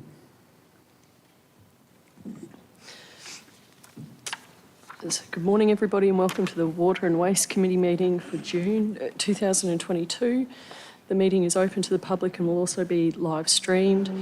I acknowledge all my council colleagues, Portfolio Lead Councillor Nancy Summerfield, and I go to the opening of the meeting. There's no apologies, no leave of absence, no agenda items. So with that, I will close the meeting at 11:32. Thank you. If you don't mind, I might just make a short statement. I received a call probably an hour and a half ago from Minister Glenn Butcher, and he indicated to me that the Warwick pipeline is going to the Toowoomba to Warwick pipeline is going to the cabinet meeting in Stanthorpe today. I'm not sure what the detail is. I did have a meeting with him yesterday, and it certainly wasn't discussed, but I understand Councillor Shine might have had some background knowledge of it all. But anyhow, I guess we'll find out more as time goes by. But the matter of the Toowoomba to Warwick pipeline is going to Cabinet in Stanthorpe today. For a vote, you mean? Sorry? For a vote. Well, I'd imagine the Premier is putting a proposition in regard to it. So I'd imagine by and large that would just simply, that the vote ought to go the right way if the Premier's bringing it forward, I'd imagine. Thanks, Mayor. I'm sure there's a lot that I'll you could say and a lot that I could say. Sorry? I'm sure there's a lot that you could say and a lot that I could say. It would be really nice to have some more consultation from the state government. That's been the case since day one. Well, the discussion was a robust one between myself and Minister Butcher, and I've asked that we be kept informed of exactly what they're doing. It'll be interesting to see what comes out. He did make a few comments in regard to enabling infrastructure to help us with that. But at this stage, we'll have to wait until we see what actually comes through Cabinet. I'm sure Vic Benisi will be in a very similar mode to the rest of us. He certainly didn't want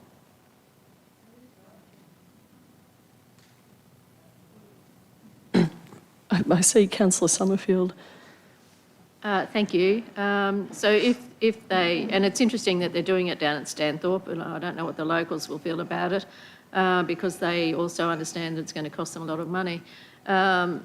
So we need to make sure that we've got all our ducks in a row in relation to what we want as a result of this, because both the Southern Downs Regional Council and ourselves have to vote on whether we agree with this pipeline.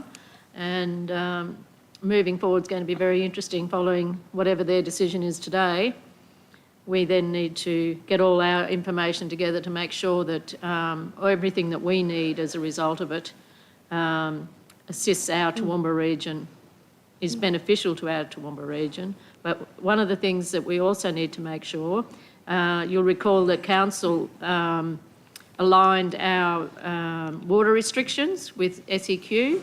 Once we started pumping from Wivenhoe, we decided we would align with SEQ, and we need to make sure that as part of this agreement, if that is what goes ahead, that Southern Downs Regional Council also adheres to those water restrictions, because it wouldn't be very good if we've got all our ratepayers on water restrictions and they're going yee-haw and dancing under the sprinklers. So we need to make sure that we get everything that we need in this arrangement if we do reach that point. But he is hoping they vote no today, is my view. It might be the case that our council has a special meeting of council in the not too distant future, depending on the outcome of today. I think it was good of him to ring me, but I think in keeping with what Councillor Summerfield has said, it may well be an opportunity for us, if this goes ahead without, and they definitely intend to do it, for us to make sure that the water supply for the southern part of the Toowoomba region, and I speak of Wairema, Cambodia and those places, is well and truly fortified for the future. So let's wait and see. Okay, I'll really close the meeting now at 11:36. Thank you for that, Mayor.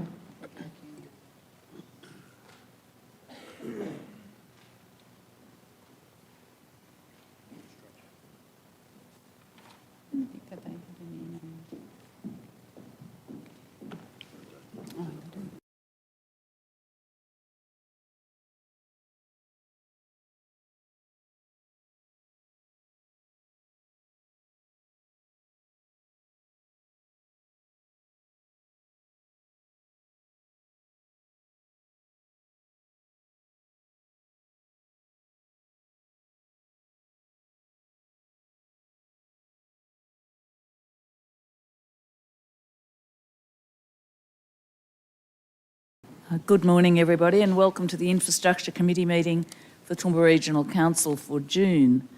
The meeting's open to the public and will be live streamed. I'd like to acknowledge our Portfolio Leader, Councillor Melissa Taylor, and acknowledge the Mayor and councillors. I'd like to thank those of you in the room with us today, and I move on to the acknowledgement of Aboriginal parties whose songlines traverse these lands we meet today. The Western Waka Waka, the Gabal and the Jadawa and the Bigambul people, and pay respects to their elders, past, present and emerging, for they hold the knowledge, the rich traditions and the bold ambitions of Australia's first people. We have no apologies, and I don't think there's any leave of absences. Anyone? I think we can leave that till the ordinary meeting anyway. Council has one, Infrastructure Committee has one item, and that's item number 3, the Toowoomba e-mobility implementation project, a progress report and next steps. And I'd like to welcome our General Manager, Mike Brady, to introduce that. Thank you, Mike. Madam Chair, I'm sorry, Councillor Jeff. You're right. Thank you, Madam Chair. Have you got, yes, I'm sorry, item 3. That's okay. Sorry, Thanks. Mike, just Thanks, pause Madam for a Chair. moment. Thank you. So item number 3, Toowoomba e-mobility implementation project, progress report and next steps. I inform this meeting that I have a declarable conflict of interest in this matter, as defined in section 150 EN of the Local Government Act 2009. The nature of my interest is as follows. The declarable conflict of interest arises because I part-own properties at 435 Ruthven Street and 2 Club Lane, Toowoomba, and my residential property are within the 3P zone map attached to the report. The project discussed in this agenda item are specific to the Toowoomba CBD. However, my interest would be no greater than other party owners or business owners in the CBD. I wish to participate in the decision in relation to the matter.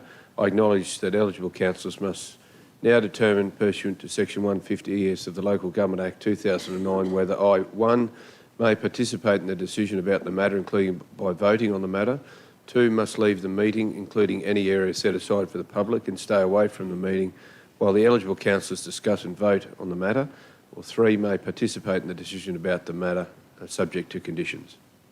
Thank you, Councillor McDonald. Any questions to Councillor McDonald? Councillor Carl? Madam Chair, I'd cut straight to the chase. I don't believe Councillor McDonald has a conflict at all. He stands to lose no more or less than a lot of other people in the vicinity identified, but even further to that, I wish to stress very clearly, even further to that, the broader community accesses this particular precinct that's highlighted. There wouldn't be a person in the region that doesn't access this and experience the benefit of this area. So I don't think he has anything. Thank you, Councillor Carl. Do we need a motion for that? We do. So if there's no dissenting voice on council, can we have a motion to that, please? That Councillor Carl, moved by Councillor Carl, a seconder. Councillor Megan O'Hara Sullivan. Are those in favour? It's carried. Thank you. Councillor Melissa, I thought that. Thank you. Thank you. And Kristen, I will ask you to put that up. Thank you. Okay. I inform this meeting that I have a declarable conflict of interest in this matter as defined in Section 150 EN of the Local Government Act 2009. The nature of my interest is as follows. This declarable conflict of interest arises because my sister, Christine Taylor, owns a property at Suite 6 in the Old Conical Arcade in the Toowoomba CBD.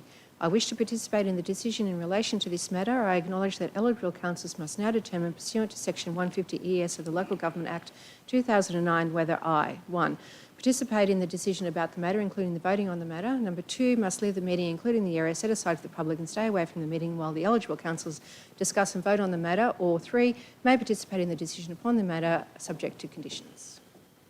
Thank you, Councillor Taylor. Any questions of Councillor Taylor? Do we have a moved Councillor Carl that Councillor Melissa has no more to gain or lose than anyone else in the general public? It's general of nature, nature. It's for the same reasons as Thank you. above, but further to that, Councillor Melissa is further removed. Thank you. As not a property owner even. Thank you, Councillor Carl. Seconded, Councillor Von Hoff. Are those in favour? It's carried. Look, and my apologies, I didn't see, we've got from Transport and Drainage Planning, we've got Rodney and Hyder down the back. Thank you. Thanks, Mike. I'm sorry, Councillor Kerry, you have a conflict? Just looking at the map that's been supplied, my house is inside the zone by about a matter of feet, I think, so strictly in Anzac Avenue. So I think I should inform this meeting that I have a declarable conflict of interest in this matter as defined in Section 150 EN of the Local Government Act 2009. The nature of my interest is as follows. I reside in Anzac Avenue within the area, the subject of this briefing. I wish to participate in the decision in relation to this matter. I acknowledge that eligible councillors must now determine, pursuant to Section 150 ES of the Local Government Act 2009, whether I may participate in the decision about the matter, including by voting on the matter. 2, must leave the meeting, including any area set aside for the public, and stay away from the meeting while the eligible councillors discuss and vote on the matter. Or 3, may participate in the decision about the matter, subject to conditions. Thank you, Councillor Shine. Any questions of Councillor Shine? Can we have moved Councillor McDonald? Yeah, happy to move that Councillor Shine may participate in the decision. Same reasons as stated previously. Thank you very much, Councillor McDonald. Seconded, Councillor Nancy Sumfield. No other comment? Those in favour? It's carried. Thank you. Sorry, Mike, over to you now. Thank you, councillors. Thank you, councillors, and good morning. Just, I'll give just a fairly quick introduction, councillors, and then probably best to take then questions.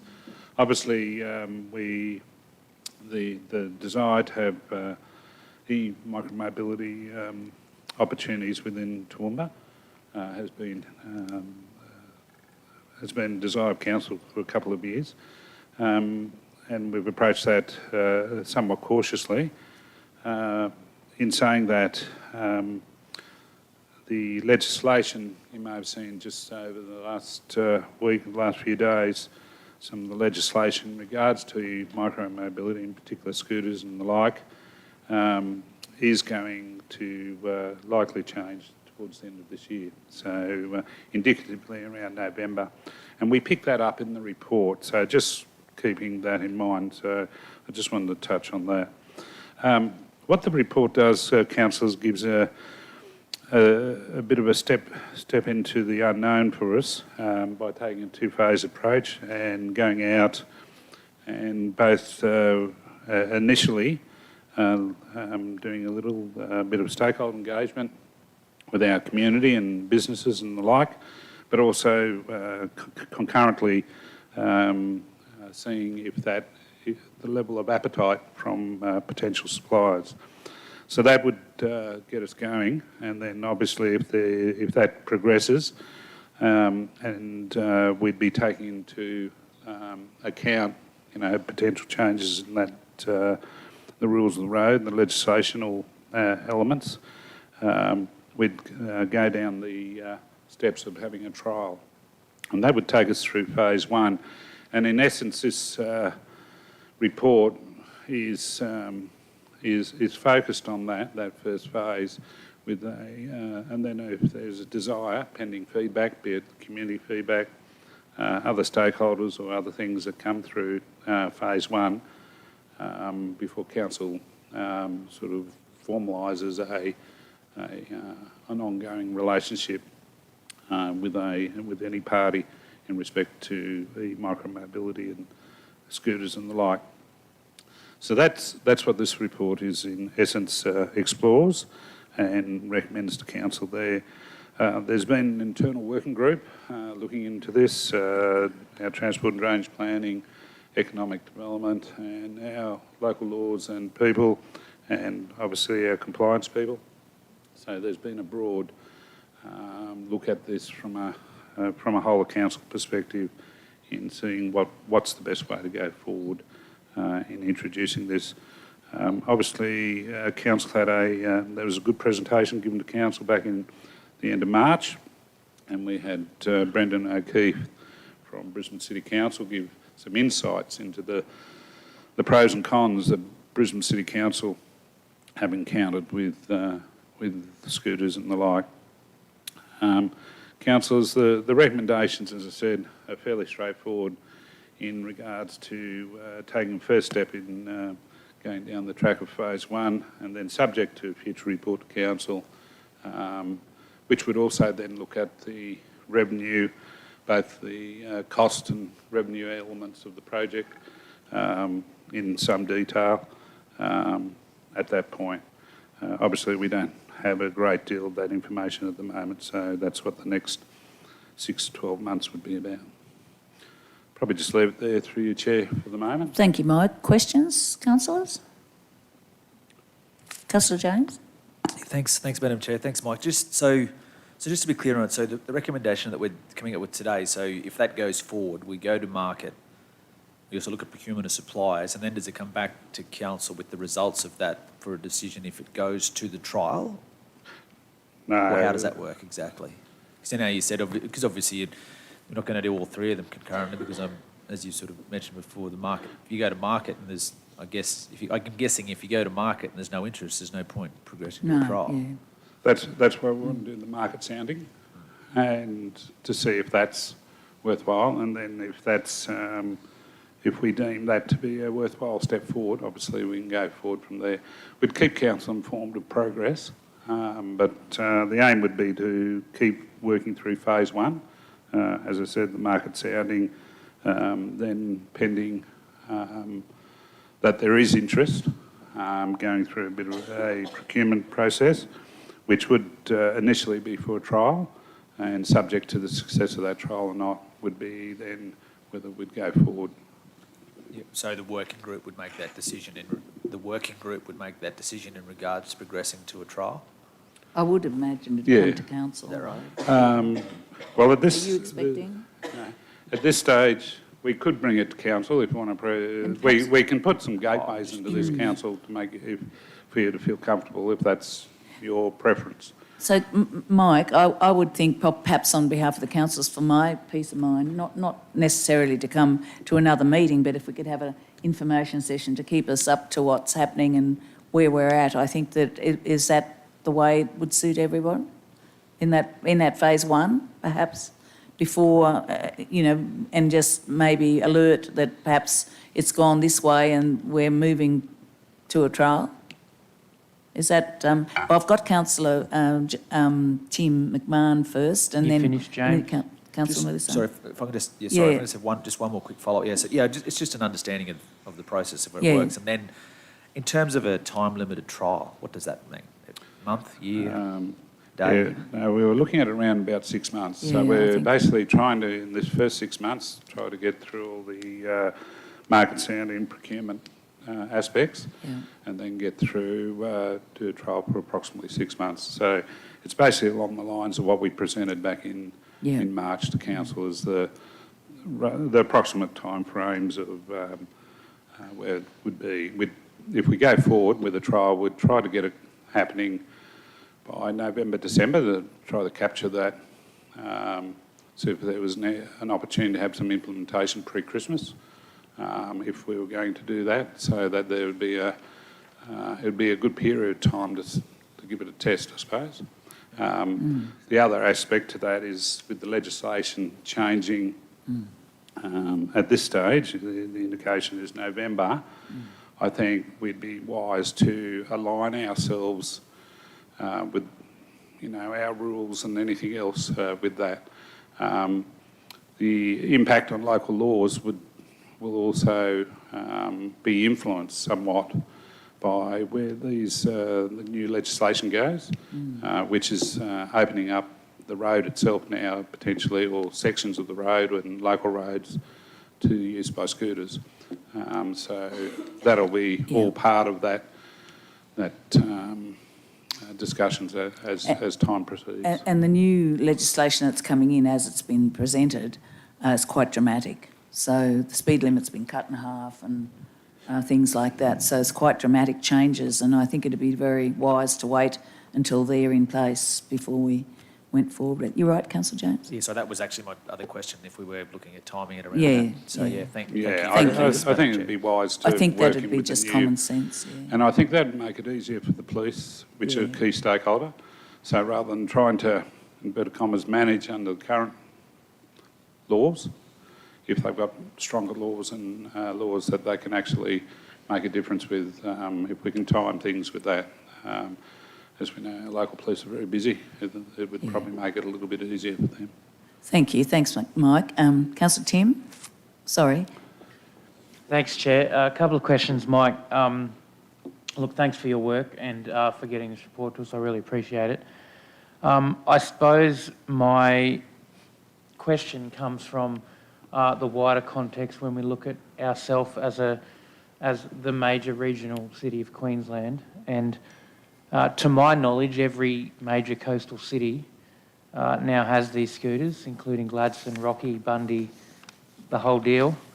Yeppoon Waterfront's got scooters, and here's us still perhaps a couple of years away by the time we get through all the phases. And I appreciate, I thank you for the clarification to Councillor James that the trial may be, all things going well, end of this calendar year.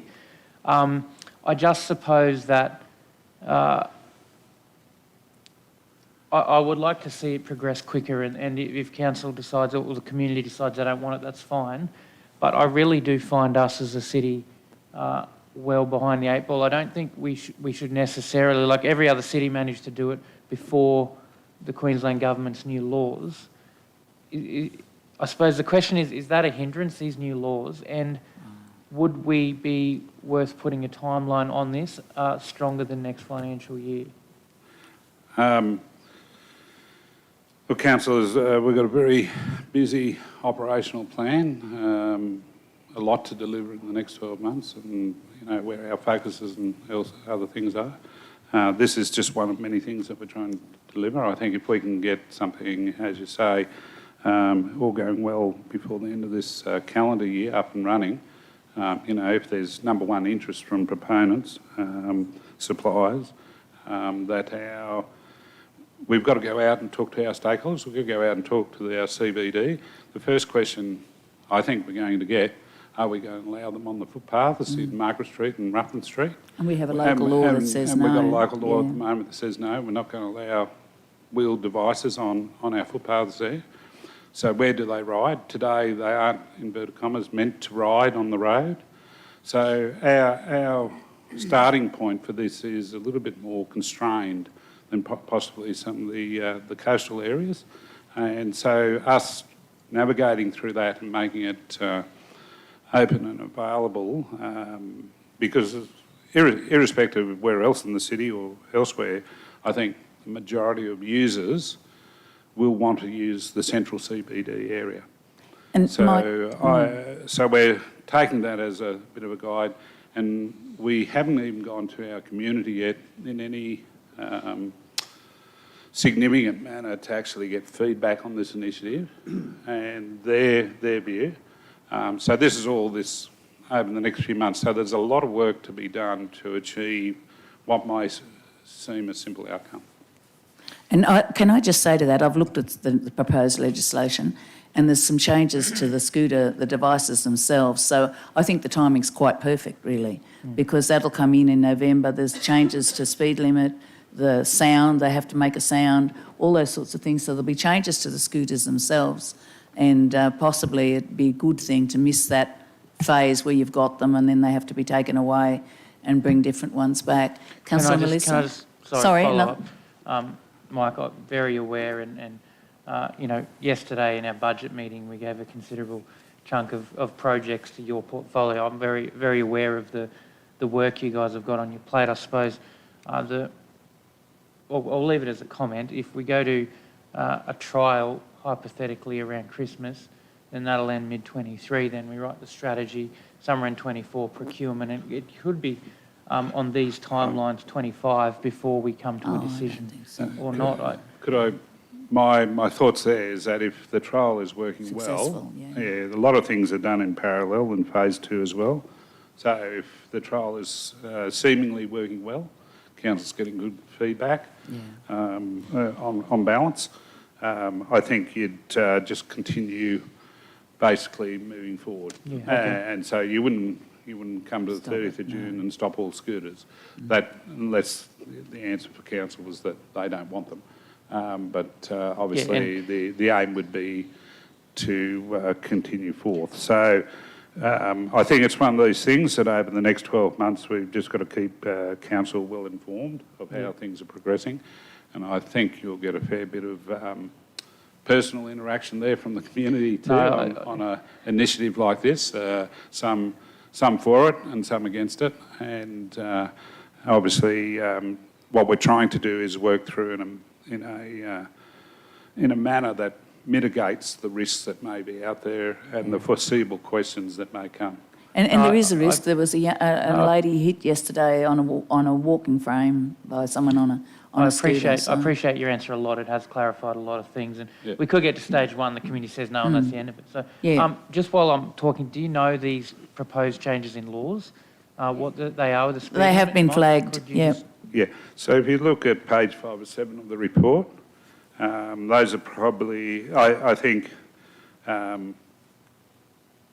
gives you, in the health and safety section there, that's not a comprehensive list of what may be changing or coming in.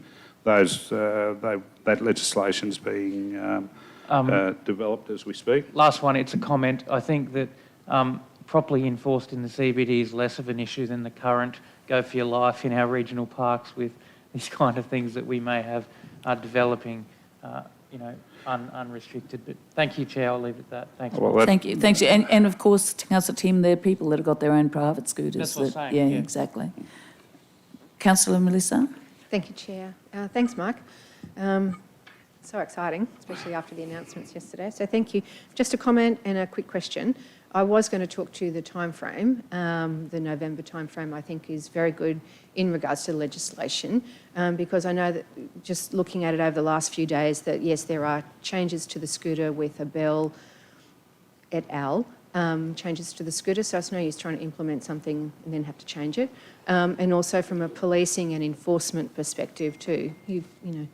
Again, no use putting something in place the next few months and then, with that doesn't have teeth, that then after November will. So A, that's just a comment. B, I'm just wondering, instead of an information session, would just a section in your report, your monthly report, be sufficient as notification of how phase 1 is progressing, knowing how busy everyone is and how much it takes to do an information session? That's just, thought I'd put that out there. Either or at the end of the day, and that would depend on how the feedback and everything's coming in and to what conclusions we're drawing out of it. And obviously, if it's 50-50 call, it might even require a report to council. So before we even go down the trial, so we'll keep council informed of progress, and as it progresses, we'll come back to you in a manner that is appropriate for the thinking or the decisions that need to be made. Thanks, Mike. Thank you. Councillor Rebecca? Okay. Thanks, Madam Chair. Thanks, Mike. In the report on page 3 of 7, it talks about the background, and it mentions that after the info sessions, 4 areas of concern were noted. And I think that in addition to point number 3 about the safety and education being addressed, we also need to constantly keep in mind the waste and the waste aspect of it and how we will manage that, because councillors talked about concerns and learnings from other places where there's scooters discarded, and what do we do to make sure that our creeks and waterways aren't loaded up with scooters and like shopping trolleys, and then just to reinforce really and truly that safety aspect, to the point that the Chair just made. We do need to fully consider the population and demographics of Toowoomba. We do have a more elderly population, and how is that going to gel with the potential introduction of the scooters? So it's just to make sure that we really do consider all of the aspects in this, safety and waste included amongst them, please. Most definitely. A lot of that inverted commas waste aspect is picked up in the contractual agreements, and the responsibility sits with the supplier. That said, the safety aspects, that's real risk, and one that may be councils, at the moment, well, going back 6 months ago, we were looking at changing local laws in the street, in the CBD, to allow on footpath of the scooters. It may be post these new legislations, which is opening up the opportunity for the scooters to stay on the road, that we as this council may choose that, no, leave the footpaths free, but they can use the road. So there's a few of those sorts of decision points along the way that we as a council may wish to obviously converse on. Thank you, Mike. Thank you, Councillor Rebecca. Mr Mayor? Sorry. Carol, I was just wondering if, sorry about that, just wondering if we could in fact investigate how other people are dealing with it in other communities. I'm hearing positive and negative around it all. And as you said, Councillor Carroll, there's certainly going to be some changes to legislation covering all this sort of stuff. But let's make sure we get it right before we go on the journey. would be Yeah. my only advice. And thank you, Mr Mayor, and I think that's the team's idea that, you know, with the legislation coming in, and we'll know what that is and that starting point from there. Very much so, through you, Chair, to the Mayor. We've had a lot of liaison with, as you saw, with the information session, Brisbane City Council, but also I think we've talked to Gold Coast, Sunshine Coast, and probably a couple of others. So we're continuously conversing with our counterparts to get the pros and cons of be it this matter or others. Thank you. Yep. Excellent. Councillor Nancy? Thanks, Councillor Carroll. Look, I know one of the local state members down at the Gold Coast is very vocal about them and the issues that they cause for locals, particularly people being run over, hit by them and whatever. But you mentioned before about speed zones. Are you talking about reducing the speed zone in the CBD for these things? No. Okay, good. I That's think all right. That's all I needed was a no. Councillor Thank Nancy, you. the government, the new legislation is going to halve the speed that these devices are allowed to go Yes, at. the device speeds. So it's the device that's going to be speed limited. Yeah, sorry. The speed zone for CBD, So- that's a discussion for another day. Sorry. Councillors, any other questions? Councillor Jeff? Just a comment, Madam Chair, if I could, and picking up on some of Councillor McMahon's comments, it's always nice to be an early adopter, but I think in this case, it's probably advantageous for us to be where we are at the moment, given we can have some learnings from other places.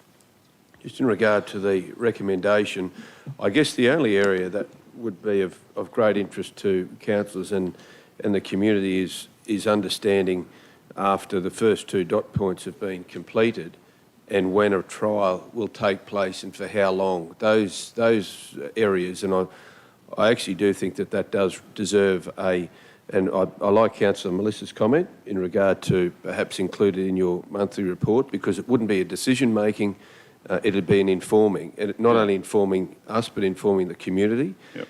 And I think that would be an appropriate time in a monthly meeting in the GM's report to do that, if the timing works, you know.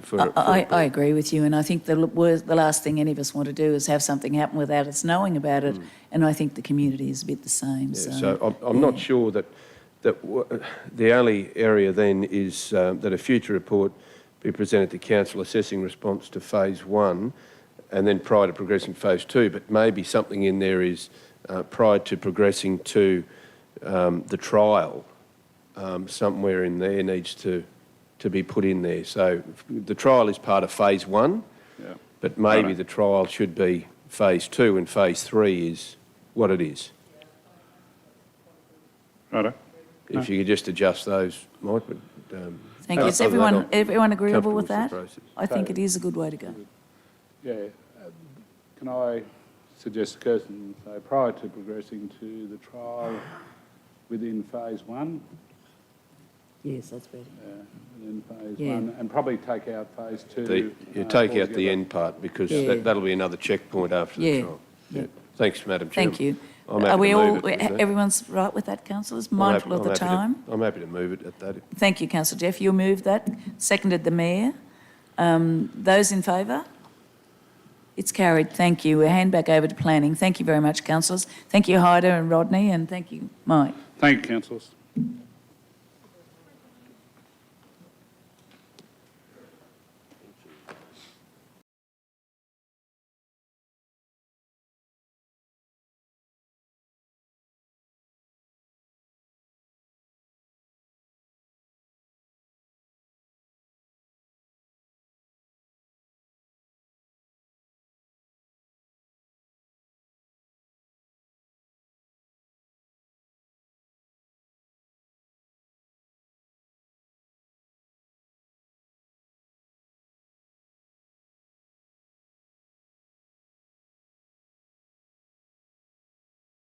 We'll resume the planning and development meeting. Can I have someone move that we close the meeting to the public? Councillor Melissa Taylor, Councillor McMahon, all those in favour? It's carried.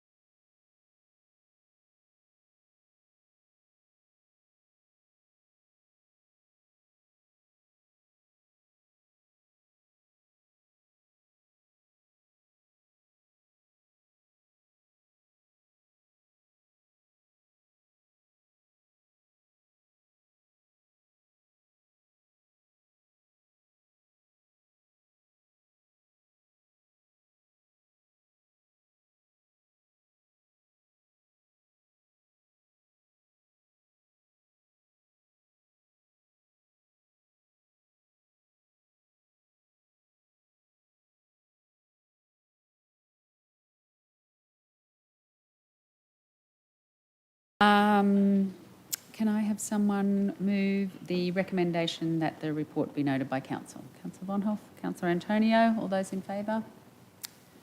Carried, thank you. And that closes the planning and development